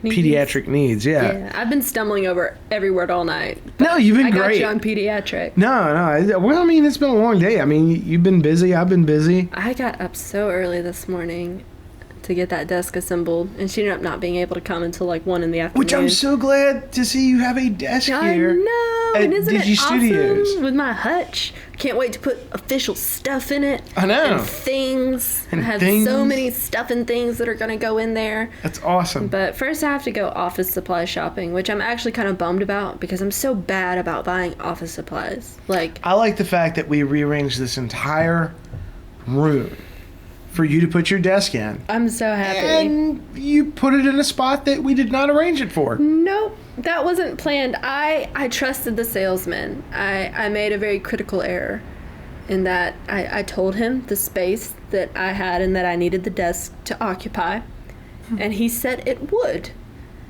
And I thought, okay, cool. Thank you, salesman. You're such a nice guy. Here's my money. And he was wrong. Cool. He was so wrong. Where'd you get your desk at? Office Depot. Office Depot. So, but it's not like I have anything against Office Depot. I mean, it's like any other understaffed department store. Like, you have to Sure. you have to really want somebody to help you. And when they help you, they're nice. Yeah, But, usually, yeah. I mean, but usually, it's yeah. it's not any kind of above and beyond. And, my desk is much larger than the space it needed to occupy. Right. So there's that. So, I mean, all things with a grain of salt from people who were trying to sell you something. And that's probably a life lesson I should have learned long, long ago. But normally I know it is don't. with my past love life. Like, they were trying to sell me something that wasn't real. It wasn't so- real. Oh, but that's sad, John Chambers. No. It's a little bittersweet. It's a little bittersweet. It's a little bittersweet. I'm not terribly torn up about it. I've Says gotten John Chambers better. as he bursts into hysterical tears. No, I'm not going to burst into hysterical tears. That's awful. No. I mean, it would be awful if you actually did it, because I wouldn't know how to react. But in a hypothetical situation, it's funny. You'd reach over and, like, just kind of tap my shoulder and be like, There's a "It's chance I might okay." film it. Thank you. That's what I do to my sister. I have so many embarrassing videos of her. She's gonna hate me one day because I'm just saving them. Because someday she's gonna like win an award or she's gonna get married. Yeah, she'll something's get gonna happen. an Oscar or something, and you'll She'll be get an like, Oscar. release the tapes. And then they'll be. She's funny though. She's a mess. I actually, speaking of Supernatural, reaching back a little bit, I've been trying to get my sister to watch it. Oh, she hasn't seen it? She won't watch it because now. But your because brother's seen it, right? He has not. Really? Neither of my siblings have seen it. And your parents aren't into sci-fi My or parents anything would like never. that, huh? My parents would never like it. What do your parents do? My father is a civil engineer, and my mother used to be a counselor, and they are both also pastors. Awesome. So fill in those gaps Right. with that information. I'm sure that probably explains a lot of me. No, but at the same time, And yes, they are very supportive and open-minded and sweet. yes, And that's hard to find in non-artsy type folk. that aren't in the creative industry and that aren't into science fiction. They like Star Trek. Well, that's they fair. Like that. They like Star Trek. My dad watches Agents of S.H.I.E.L.D. See, so they do like science fiction. They do, and they'll go see. My mom hasn't been to see a movie in theaters since Finding Nemo. What? I'm not kidding. But my dad will go see movies with us. Like if we'll my sister and I will have it's like a dad-daughter day, and so we took him, and we've taken him to see the second Avengers, and we took him to see the Lone Ranger because he watched the old black and white one, right? Like way back in the day, and so I don't know if it met his expectations. What'd he think of it? I mean, he thought it was okay. My mother went just nuts. She loved it. I took my mother, and I'll tell you what, I don't have the greatest relationship with my mother. Like, I have no problem saying that. But, I mean, so I don't really hang out with her that much, And so I was feeling like, I must do something nice for her. And I took her to see The Lone Ranger. Mm-hmm. That was the last time I took my mother out. Seriously. Not the last time I've seen her, but the last time I took her out. Yeah. And she went nuts. Really? She loved it. I mean, loved it. And squealed in the theater and everything else. And it was really cute. And it was a little embarrassing, but it was really cute. And it was she'd never seen a movie before. And I was like, how can you not? Honestly, I've thought about going SAG. I'm SAG eligible. I've thought about going Screen Actors Guild. Not because of their grand benefits, because I'll tell you what, there's no damn reason to join a union, except for the fact that businesses can be crappy to people. That's the only reason unions exist, is that businesses can be crappy to people. And I'll tell you the reason businesses fail. It's because of unions. So it's a bad business on both sides. I don't care what SAG says, or if they make me uneligible for saying such things. My big thing is, what are you offering me? Mm-hmm. And if I'm making scale because I'm in a right to work state, and they're like, well, this shows that you're a professional. Really? Because my paycheck showed that I was a professional. The fact that I worked on a multi-million-dollar film shows that I'm... So what are you doing for me? Okay, that's my tangent about SAG. However, if you go SAG... Next episode, that rant can go in with my Superman rant. Yeah. We will bullet point that. We will continue my rant on unions at another time. At another date to be determined. But because you know what?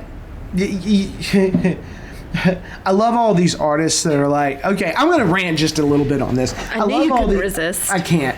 I love all these artists that are like, oh yeah, well, people didn't like me because I was, I wasn't part of their clique. I acted different. I was different. And, now I join a group. No, now you're joining a clique. You're not different than any of these other people. And you know what? You're bullying other people now. So you're doing the exact same thing that grouping did to you. Because they want to have a right to say, I'm a free person. I'm not a number. I'm a free man. Now, if you want me to join your group, that's great. But whatever I do as a free man is my business, not yours. Well, you have to follow the rules if you're going to be in the group. No, I don't. Because I am a free man. I appreciate any help you give to keep the rates up. But the fact that I am paying you money off my sweat and tears means that you are my employee at that point. I mean, and I'm not saying, treat an employee bad. That's not what I'm getting at. What I'm saying is, I'm paying you for a service. And you're telling me that I have to follow your rules for me paying you? No, go to hell. I am not going to do that. Now, if they would like me to join their union, and I can do whatever the hell I want, sure. Call that unprofessional, sure. You know what I call it? being an individual, free thinking, making decisions on my own, making a decision whether I want to do a project because I want to or not. And if that project is not a union project and I still want to do it, you know what? I'm going to go ahead and do it. Because I'm not going to have some stranger that I ain't sleeping with and penetrating in ugly ways. Why is it got to be an ugly way? Because the clean ways just aren't fun. Tell me how to live my life. I'm not going to do it. Especially when I'm paying them. Because like I said earlier, do you know what other professions that you pay for services that they're called? You might have mentioned them earlier. Yeah, I mean, there's lots of them out there, but there's one that's coming to mind right now. And the fact that it takes so much struggle to deal with them on certain things, and they demand, and they threaten, and they bully you. You know, and I don't, why am I paying a bully? That's masochistic. I'm more of a sadist, to be very honest, in the bedroom. So I'm kind of that way, you know, about how I want to spend my money. You know, I don't want to give money to someone to tell me what to do. You know, I'm not saying that advice isn't good. I'm not saying, no. And I love working with people. I love, you know, a great relationship, business relationship. But that is not a great business relationship when someone is bullying me for making a free and consensual decision. Like if we were to turn the tables and say this is not about acting, this is about my sexuality, everyone would be up in arms right now. You know what? My acting and my art is as personal to me as who I sleep with and how I sleep with them. So you know what? It is the same thing. It is exactly the same thing. You are talking about something that is spiritual to me, that is in my soul, that I have struggled, sweated, gone without, put my friends and family through hell. You're telling me that I've lost relationships because I've done a show and couldn't spend enough time with them because this is my passion and craft. And you're going to bully me and tell me how I can live my life, who I'm paying, where my money is going that I worked for, not you,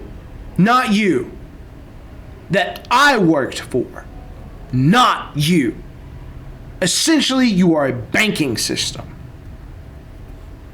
with no interest. What, are you going to tell me about the health care I can receive? Most actors don't make enough most actors make so little. Like if all they did was act, they'd be on government support. So you're not doing much for my health care. Are you talking about my retirement? Most actors make so little that they're going to work for the rest of their lives. And most likely that's not going to be in acting. So exactly how, again, besides, yeah, you protect my rights when it comes to my residuals. I appreciate that. A banking system protects my rights when I buy a bond. Same concept. And I'm paying you for that service, but I am not paying you to tell me who I sleep with. And that is how I view acting. And that is how I view making films. It is as personal to me as my relationship with my God and my relationship with my partner that I love. Not one that I don't love, because that's a different relationship. Asterisk. Right. That's more like, you know, AFTRA. See bottom for footnotes. Yeah, that's more like AFTRA, not SAG. So... Oh my god. Yeah, now that they're combined. But, I mean, it's the same thing, you know? It's like, how dare you? How dare you? If you truly cared about all actors that were professionals, then I'll tell you what, number one, you wouldn't let some of these people into SAG that I've met. Like, I've met some SAG members that have no business being SAG members. Number two, you'd let other people that I've met that should be in SAG, that can't get into SAG. And they deserve it. They deserve to be considered a SAG professional. And number three, this little boys club you got to protect yourselves, and then you have other deals with other unions that just inflate the cost of making movies. All that is keeping people working. That's great. But you know what? This is not a situation of, you going to tell me how I spend my money. If I'm producing a film and you're telling me I have to hire so many Teamsters because it's a certain price film and I don't need but two, no. It's my money, not yours. And if I ain't treating no one bad, it's none of your damn business. If you want to protect people's rights, then protect people's rights. But you're shrouding that. You're using that as a falsehood. We protect people. No, you are in the business of making you money. Now, I ain't saying they don't do some good out there. I'm not saying that. However, if they truly wanted to be saints, if they wanted to be Mother Teresa, which, by the way, Mother Teresa did some not nice stuff at some points in her life. So maybe they are being Mother Teresa. But if they truly cared about people, they would not demand things like that. They'd give you advice, but they would never tell you who you're sleeping with, what God to pray to, or any of the sort. Because that is how personal it is to someone who actually cares about this business. That is how personal it is. And for any person or group to get involved that deeply with me, if you ain't doing something else for me, then we can't be involved that deeply. Because I damn sure ain't going to take you to dinner. I damn sure ain't going to do anything else with you. It's not a personal relationship like that. So how dare they make demands of me in my personal life if they ain't living there paying the bills to my house? Now, if they won't come on in and start sharing some bills, truly believe in this we all share thing, then they might have a right to say something.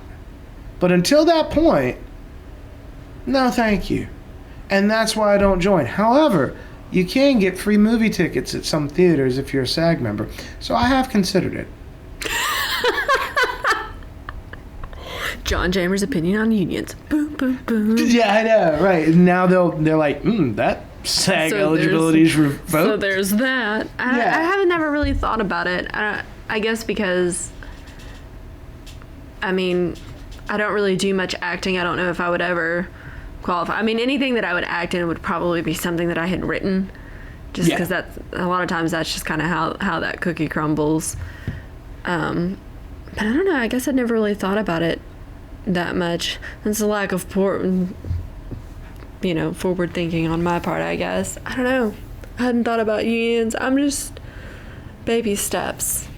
Oh yeah, don't get me wrong. And the only reason is because we get pressured to join, and you'll hit a certain point where you have to make a decision. And I think even hitting a certain point where I have to make it, I'm not asking you to manage my money as is. So it's kind of like you're forcing me to do something if I work on a SAG show, and I'm already paying you. I'm paying SAG when I work on a SAG show. Mm-hmm. So it's like I'm a member almost, and I have rights and benefits to that. But at the same time, I'm like, I'm not asking for that. I'm not.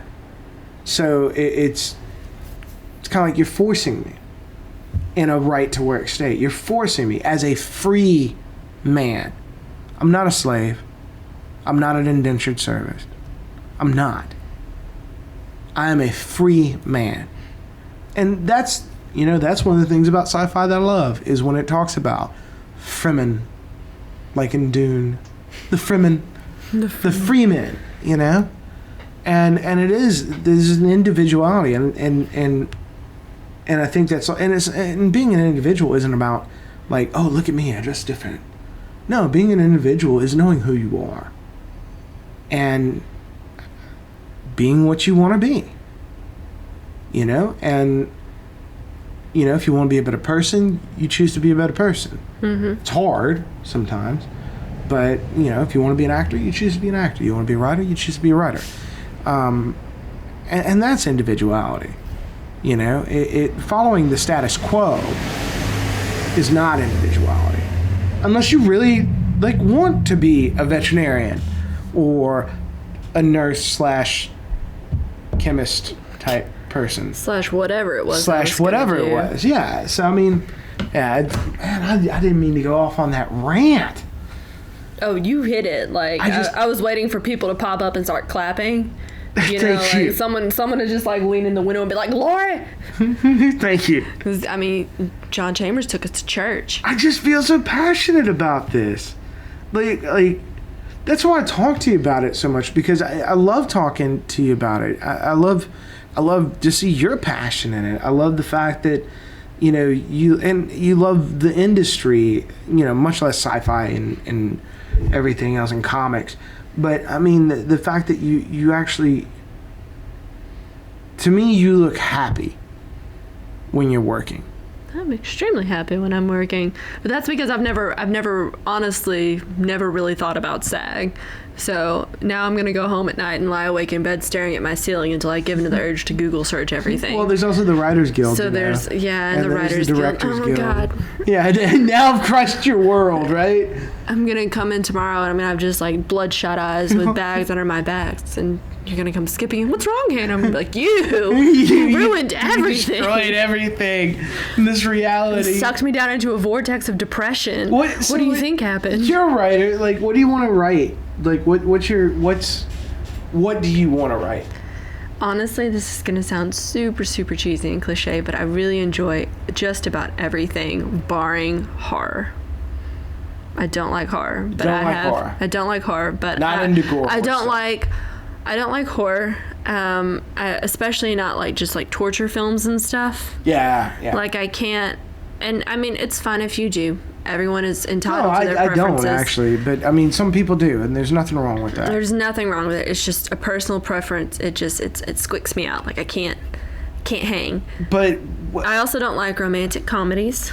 Really? Yeah, they bother me. They've gotten better over the years, slightly. As it gets quiet, quiet. I feel like they've gotten better. Speaking in faith, someday that'll be true. No, I don't like romantic comedies. So if you were to do one like Supernatural, what would you do? One about brothers or brother-sister or sisters? Or just family in general?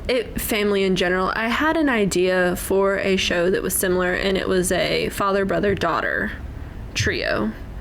Not really similar to Supernatural in terms of plot or anything, but in terms of having a strong family dynamic, because that's always been my favorite thing. Really funny, one time I told my little sister, I was like, Chris, you don't even get it. I was like, you're my Sammy. And she goes, oh. Her reaction was, she goes, okay. I was like, see? You're my Sammy. Spot on reaction. You don't care. Awesome. It was really funny because she was just like, all right, Hannah, whatever. I'll be your Sammy. She's never seen the show, so she doesn't know what I mean when I say that. Right. But one day she's going to watch it and she'll understand.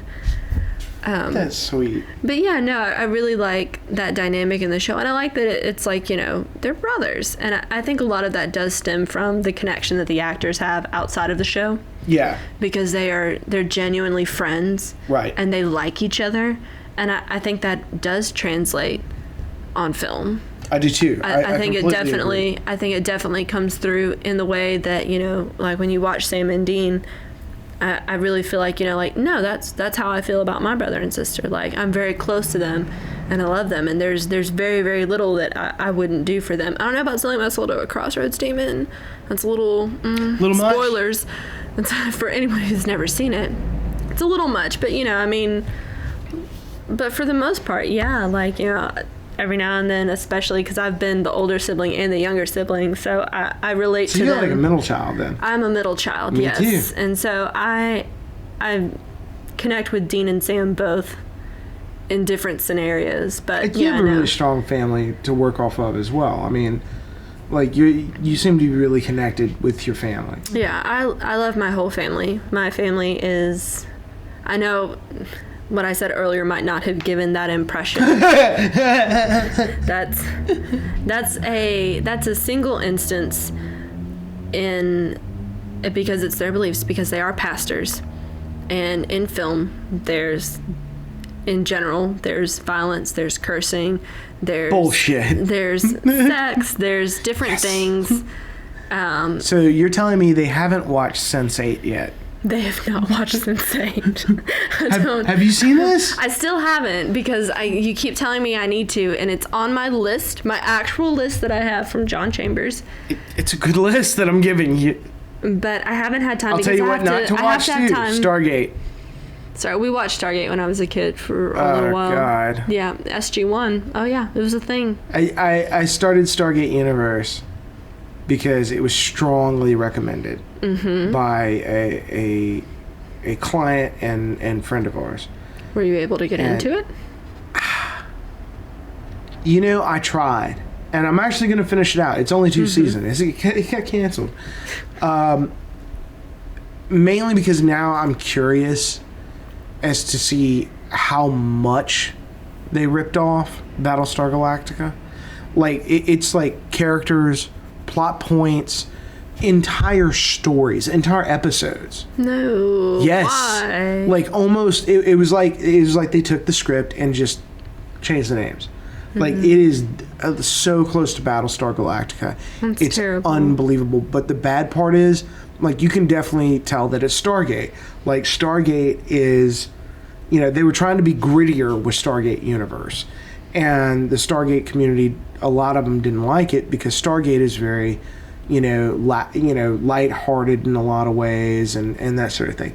Yeah, I mean, it was pretty squeaky clean, too. I mean, we were allowed to watch it. Exactly. As children. Right.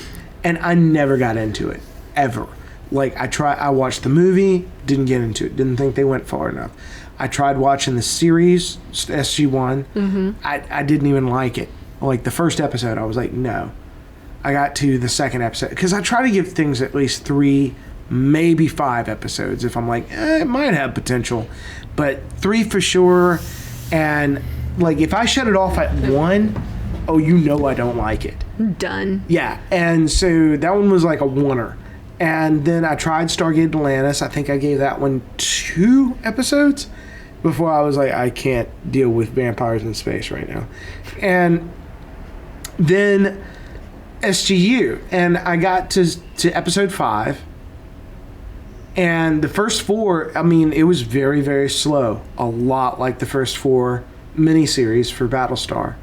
And I started noticing similarities, like hard similarities. And I was like, no, they wouldn't. Because I think, if my memory serves me right, like Battlestar was wrapping up at this time, or had just wrapped up, or something like that.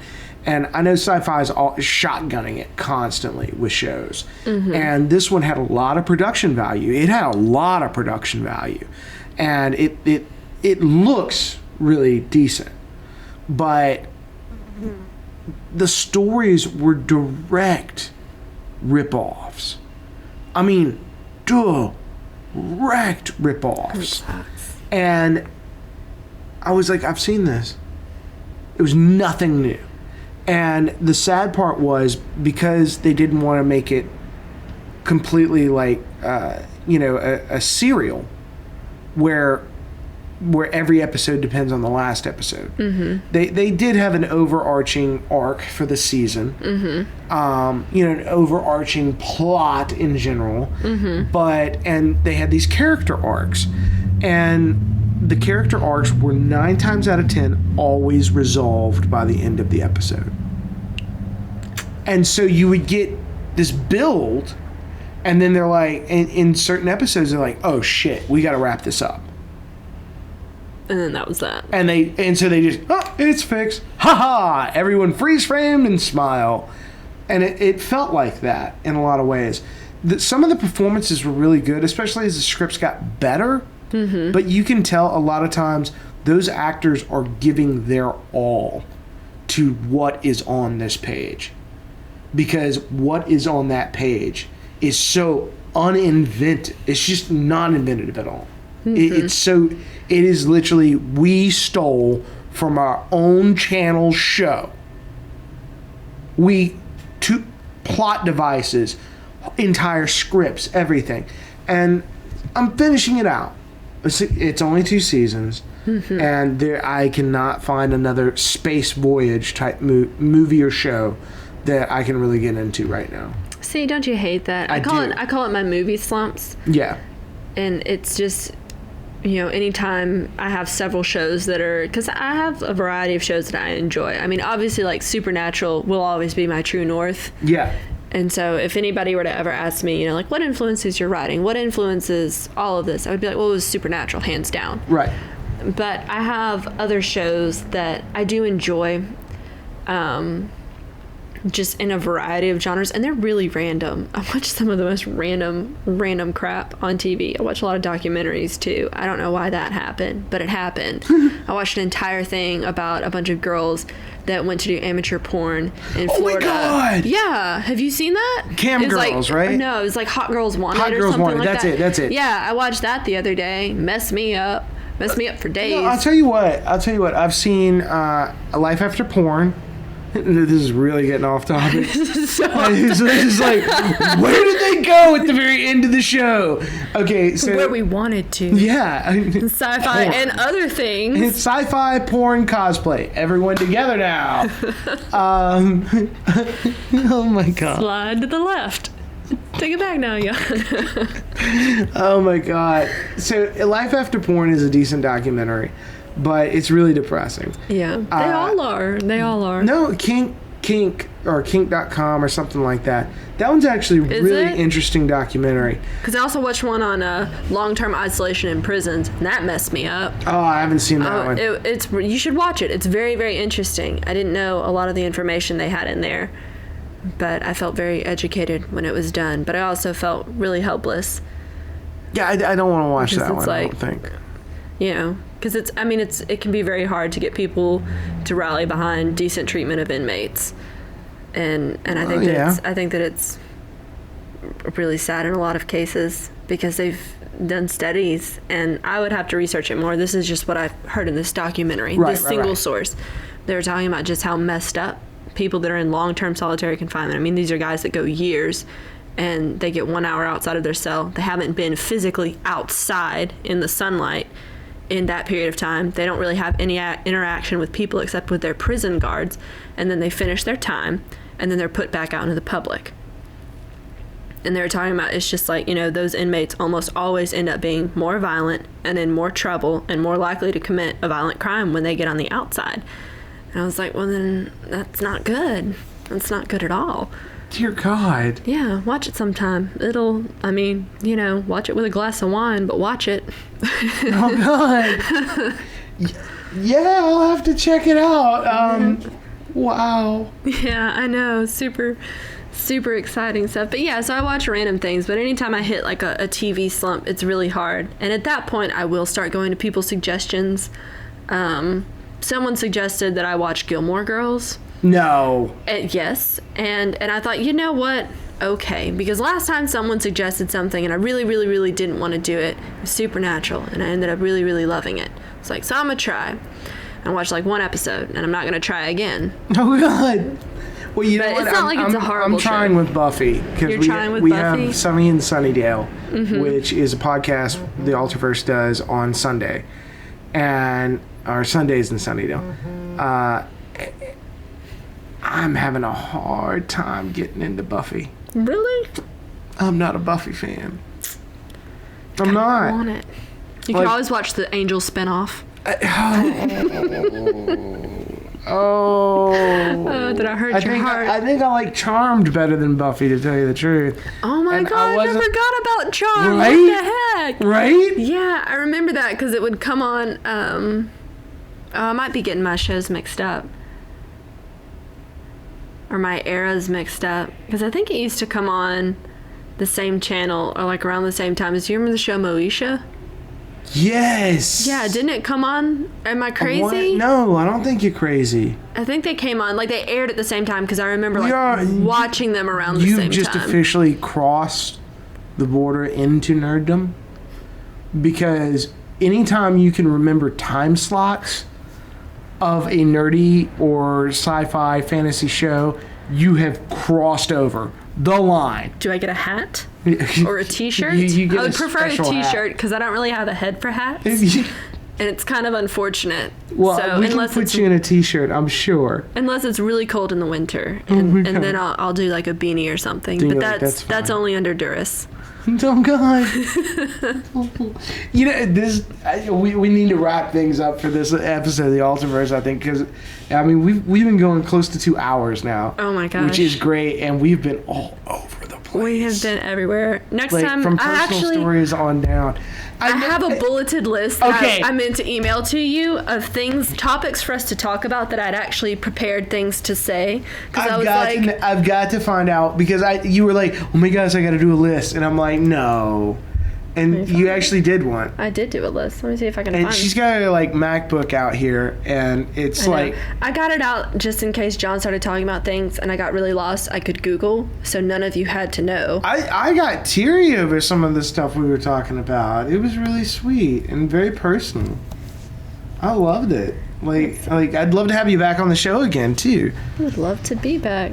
And maybe go over your list this time. Unless it turns out everyone hates. I need to find this list. It's on here. Ooh, or it might be on my other computer. Nope. Podcast topics. Oh my God. Talking about one of the topics was talking about making changes to the ethnicity and gender of characters in comics, but not in the films. And vice versa, really. And vice versa. They did it with Fantastic Four. And talking about if they were... Because I think that they have a lot of characters that they could just actually give time to.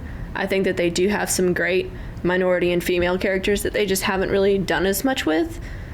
Talking about female characters, you got a wonderful print of Wonder Woman. Yes, I did. I bought a fantastic Wonder Woman print from one of the vendors at GeekCon over the weekend, and it's going to go over, or I guess not over because they want to put that big painting up, but it's going to go somewhere adjacent to nearby in my desk. Right. On display. It's gorgeous. It's absolutely beautiful. Let's see. I also talked about Fantastic Four, that epic flop, and just talking about... Have you seen it? I have not. I'm going to this weekend at the Last Chance Theater in Bossier. I think they have it.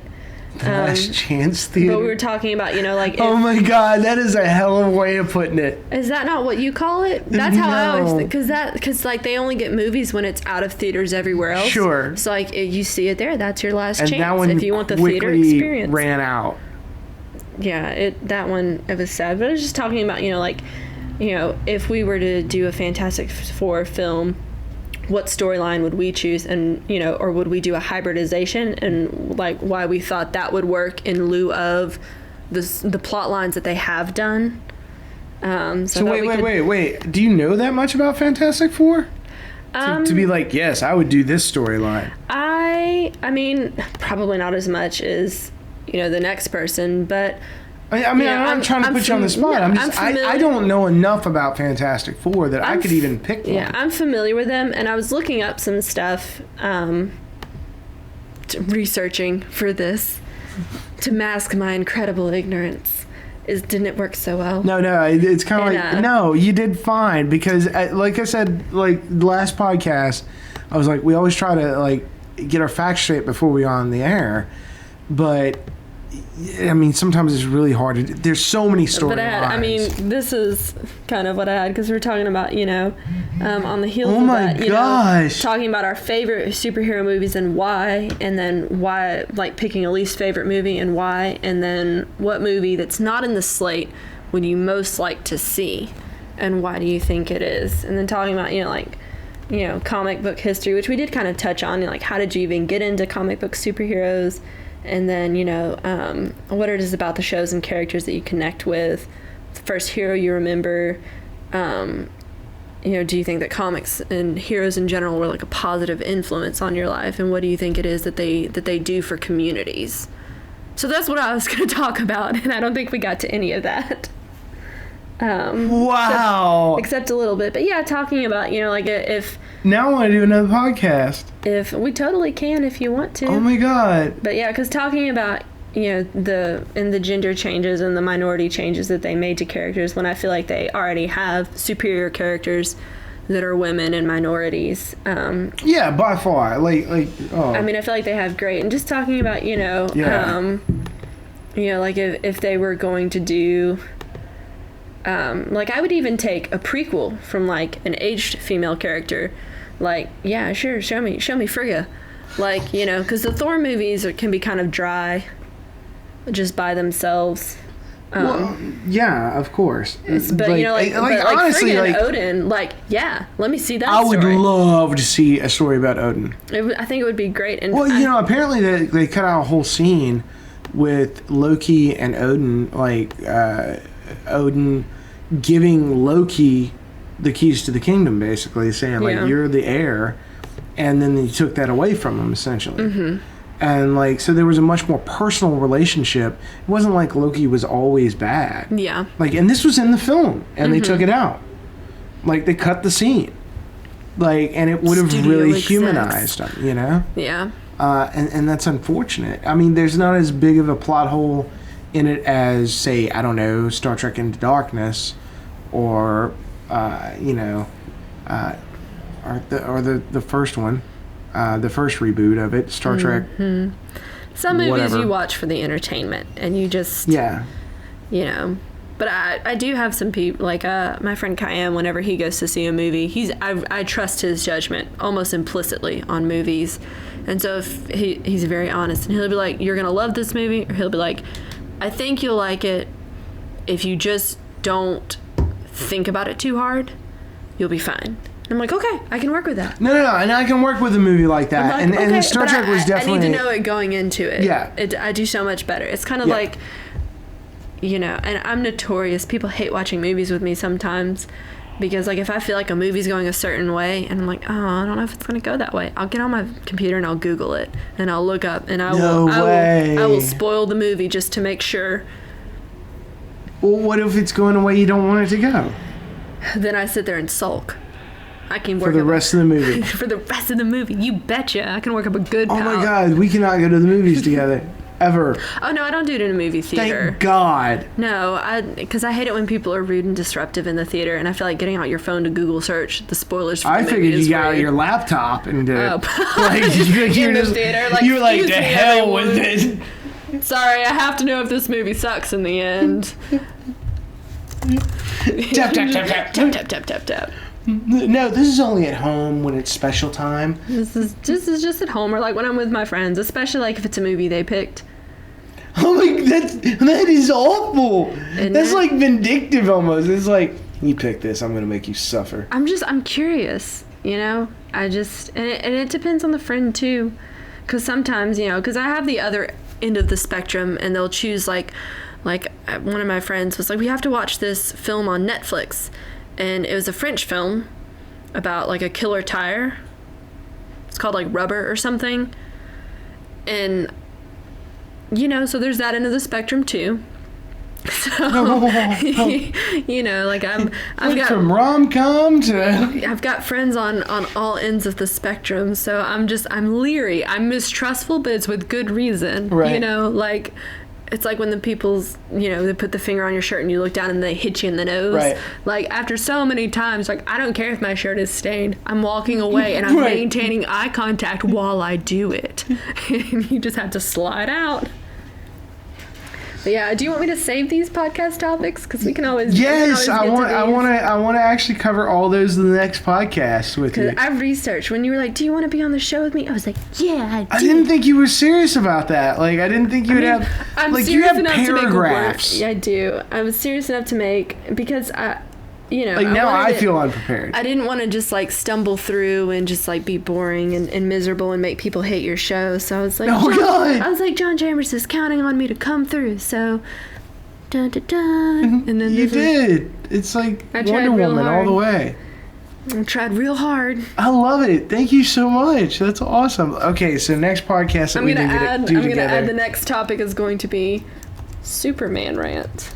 And Yes. I'm going to pre-write it so that I won't get too far gone on it.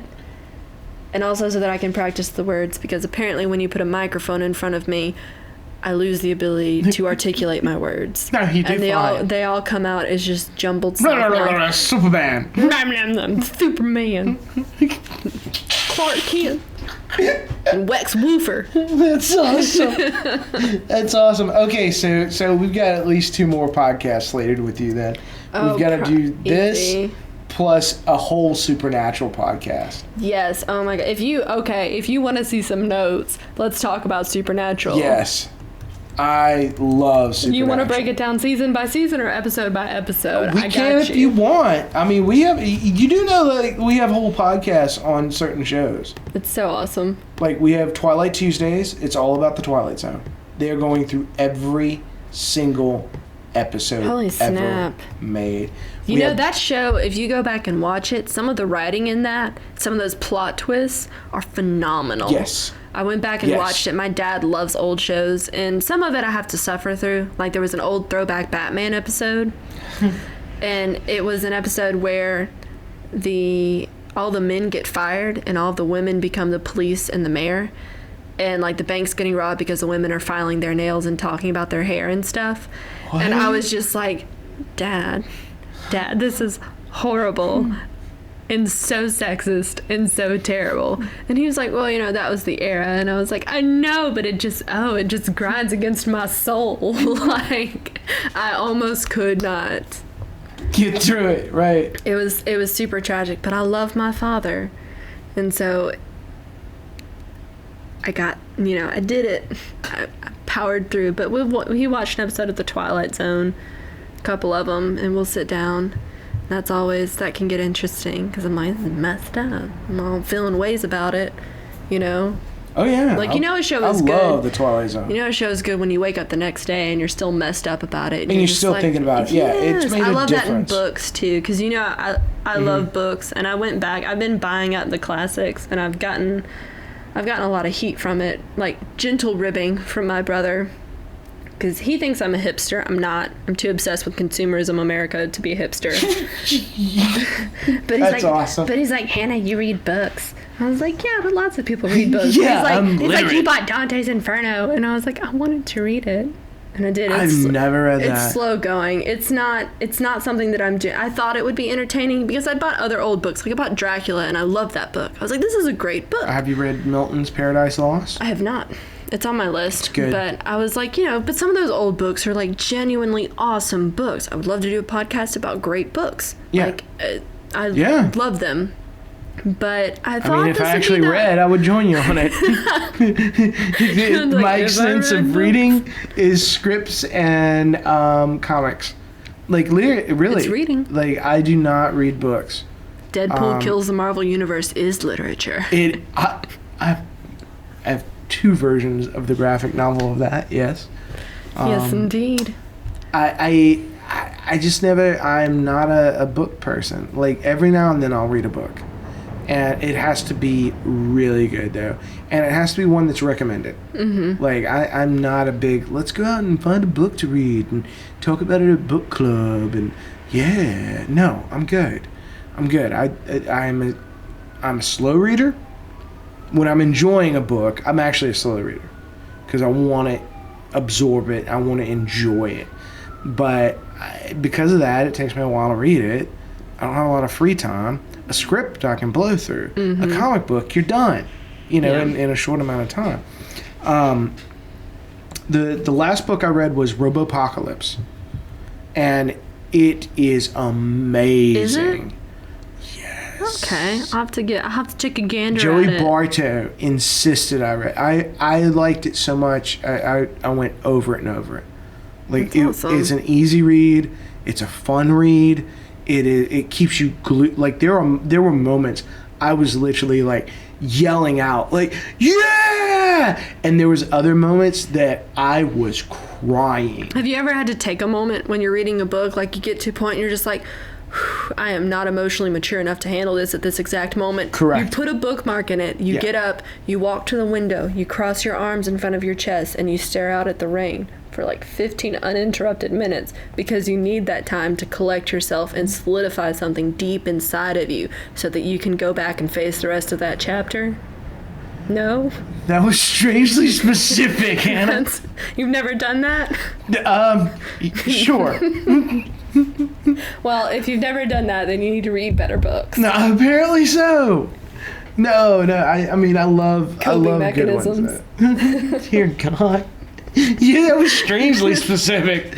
Yeah. I mean, things happen. Yes, apparently so. I'm very much like when I love a book, I will stay up for days reading it. And, I mean, you will see, like, you can tell when Hannah's reading a book, because you'll be like, are you on drugs, Hannah? I'll be like, the crack of literature. But, like, that's... What's your favorite book of all time? Oh, God, why would you ask me that?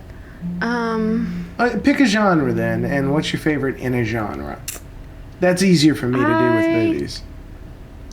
I think my favorite book... Actually, I'll tell you the book that got me back into reading, because I read a lot as a child, and my mother read to me. It was always really important to her that she read to us, and she read, like, a variety of books, like, random stuff, and she would read, like, Madeleine L'Engle, like, Wrinkle in Time and stuff. Yeah. All of those types of books. So that might have actually been where some of that sci-fi love started. Oh, that book's crazy. Because we would be like, I mean, she read to us from the time we were bitty babies until we were, I mean, into middle school. She would read books to us. But I kind of got out of reading books. And then when I was in high school, we had a book reading list.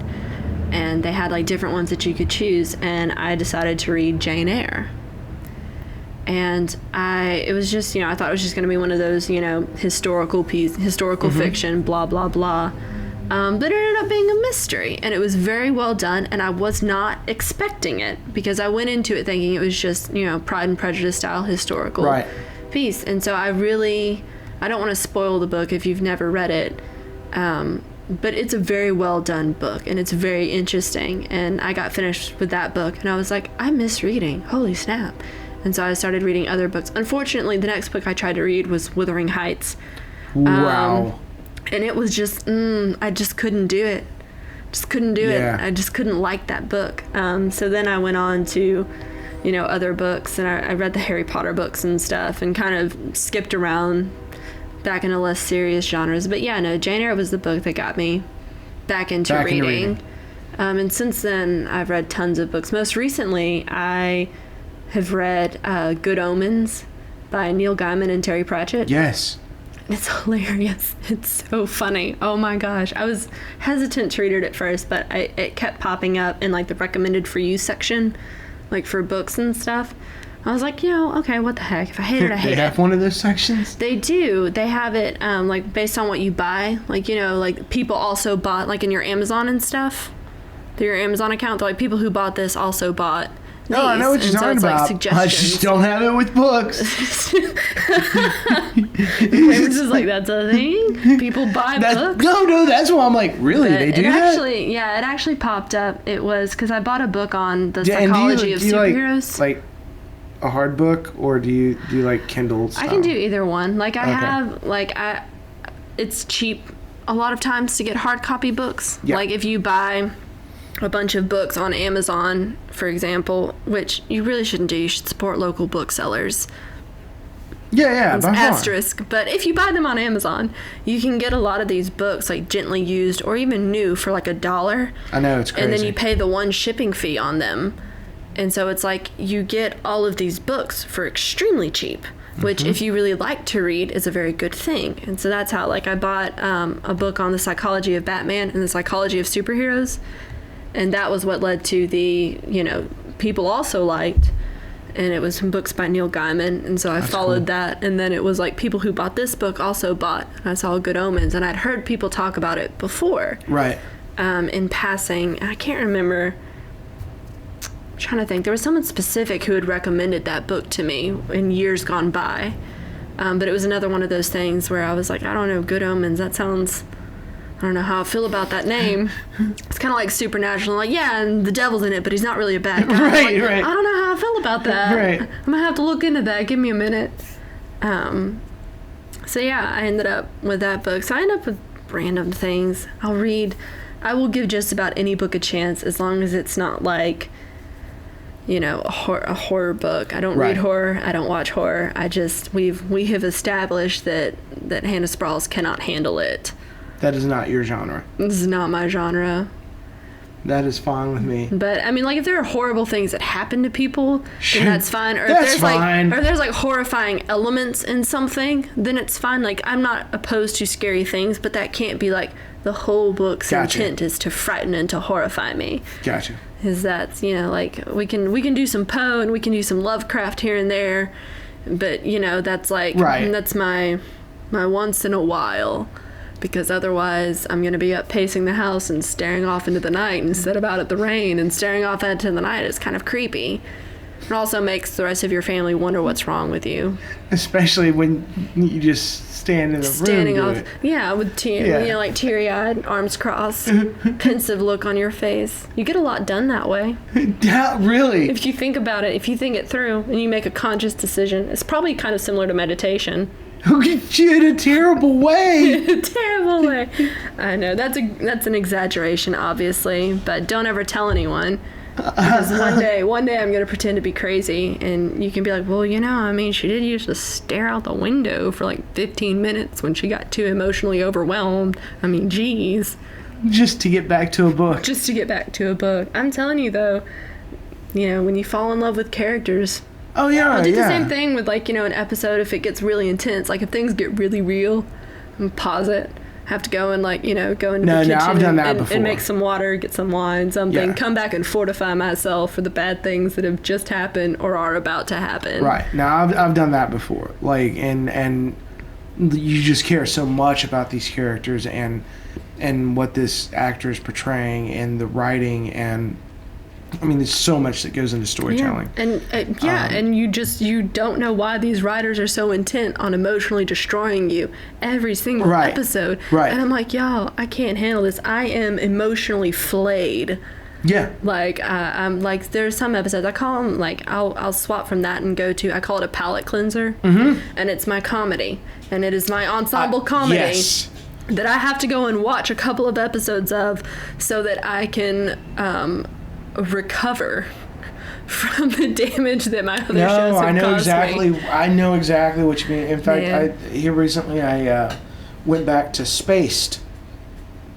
It's a British comedy. Yeah. It's Edgar Wright. He was the director of it. Simon Pegg was one of the writers. You know, it's this wonderful writing team. Oh, my mind's slipping right now. I know it's getting late. Yeah, it's getting late here, but I know you've had a long day. Oh God, yeah. But the cast is amazing, amazing cast, amazing writing, and it is like it's a great comedy. It only lasted 2 seasons, but it completes its story arc there. That's good. As long as I don't leave you hanging. No, not at all. That. You know, British shows run smaller seasons than we do. And it is really, really good. And it's funny, and it makes me smile, and it makes me... You need that in your life. I do. And it's just awesome. And so, like that is my current palate cleanser, even though I've seen both seasons like a dozen times. You can go back and rewatch it. Oh yeah, like there's no like statute of limitations on loving a palate cleanser. No, I agree completely. It's like Animal House. Love Animal House, Blues Brothers. We'll watch it anytime it's on, and I know every line. You know, I love that stuff. So yeah. Well, it is getting late. We've actually gone way over for a show, which is... somebody's going to have to edit. No, we are going to let it run. You're just going to... Oh, I'm going to let... Sorry, everybody. This is a big addition. No, it's great. I mean, we've covered a lot. We've had a lot to talk about. Thank you so much for coming on the show to AlterVerse Podcast. I really appreciate it. Big thanks again to executive producer Travis Barth, who's over in Denton, Texas tonight, and working diligently on pre-production and production for Superman on 3 Earths. Thank you for all the production team over there at AlterVerse Comics Productions. Of course, to everyone here at Digi Studios and all the wonderful companies that are here and wonderful people that work here. Fairfield Studios for all the production and studio support, and Broken Lock Productions for all their support as well. And I guess that's wrapping it up if you haven't already turned off now while listening to the credits. Thank you again for listening, and we'll catch you next time when we open that big old creepy door to a universe where hopefully there's not just a floating eye or floating dolls in it, but it is something wilder and funner and funner. Funner's not even a word. It is now. It is now. Just roll with it. Done. Of comics and everything else, where we take the alternate take on your comic book and sci-fi universe. Again, I want to say thank you to our guest, Hannah Sprawls, who is a writer and producer, and we will have her back again very shortly, talking about her bullet points that she has written for the show. And if you'd like to leave us a comment or something, do so below or send us an email, and we'll get back in touch with you. So good night from the Alterverse, or good day, or whenever you're listening to it, since it's a podcast, I guess. I am fried at this point. You should just say good 24 hours, whichever they may be. Oh, I like that. And thanks for joining us at AlterVerse Comics Podcast. I'm John Chambers with Hannah Sprawls. And we'll see you next time, kids and kiddos. Remember, that monster under your bed? Yup. Good night. Woo! AlterVerse Comics Podcast is recorded live in the AlterVerse Comics Production Studios. Executive producer, Travis Barth. Producer, John W. Chambers. AlterVerse Comics is brought to you in part by Broken Lock Productions and Fairfield Studios. AlterVerse Comics, your alternate take on the comic book and sci-fi universe.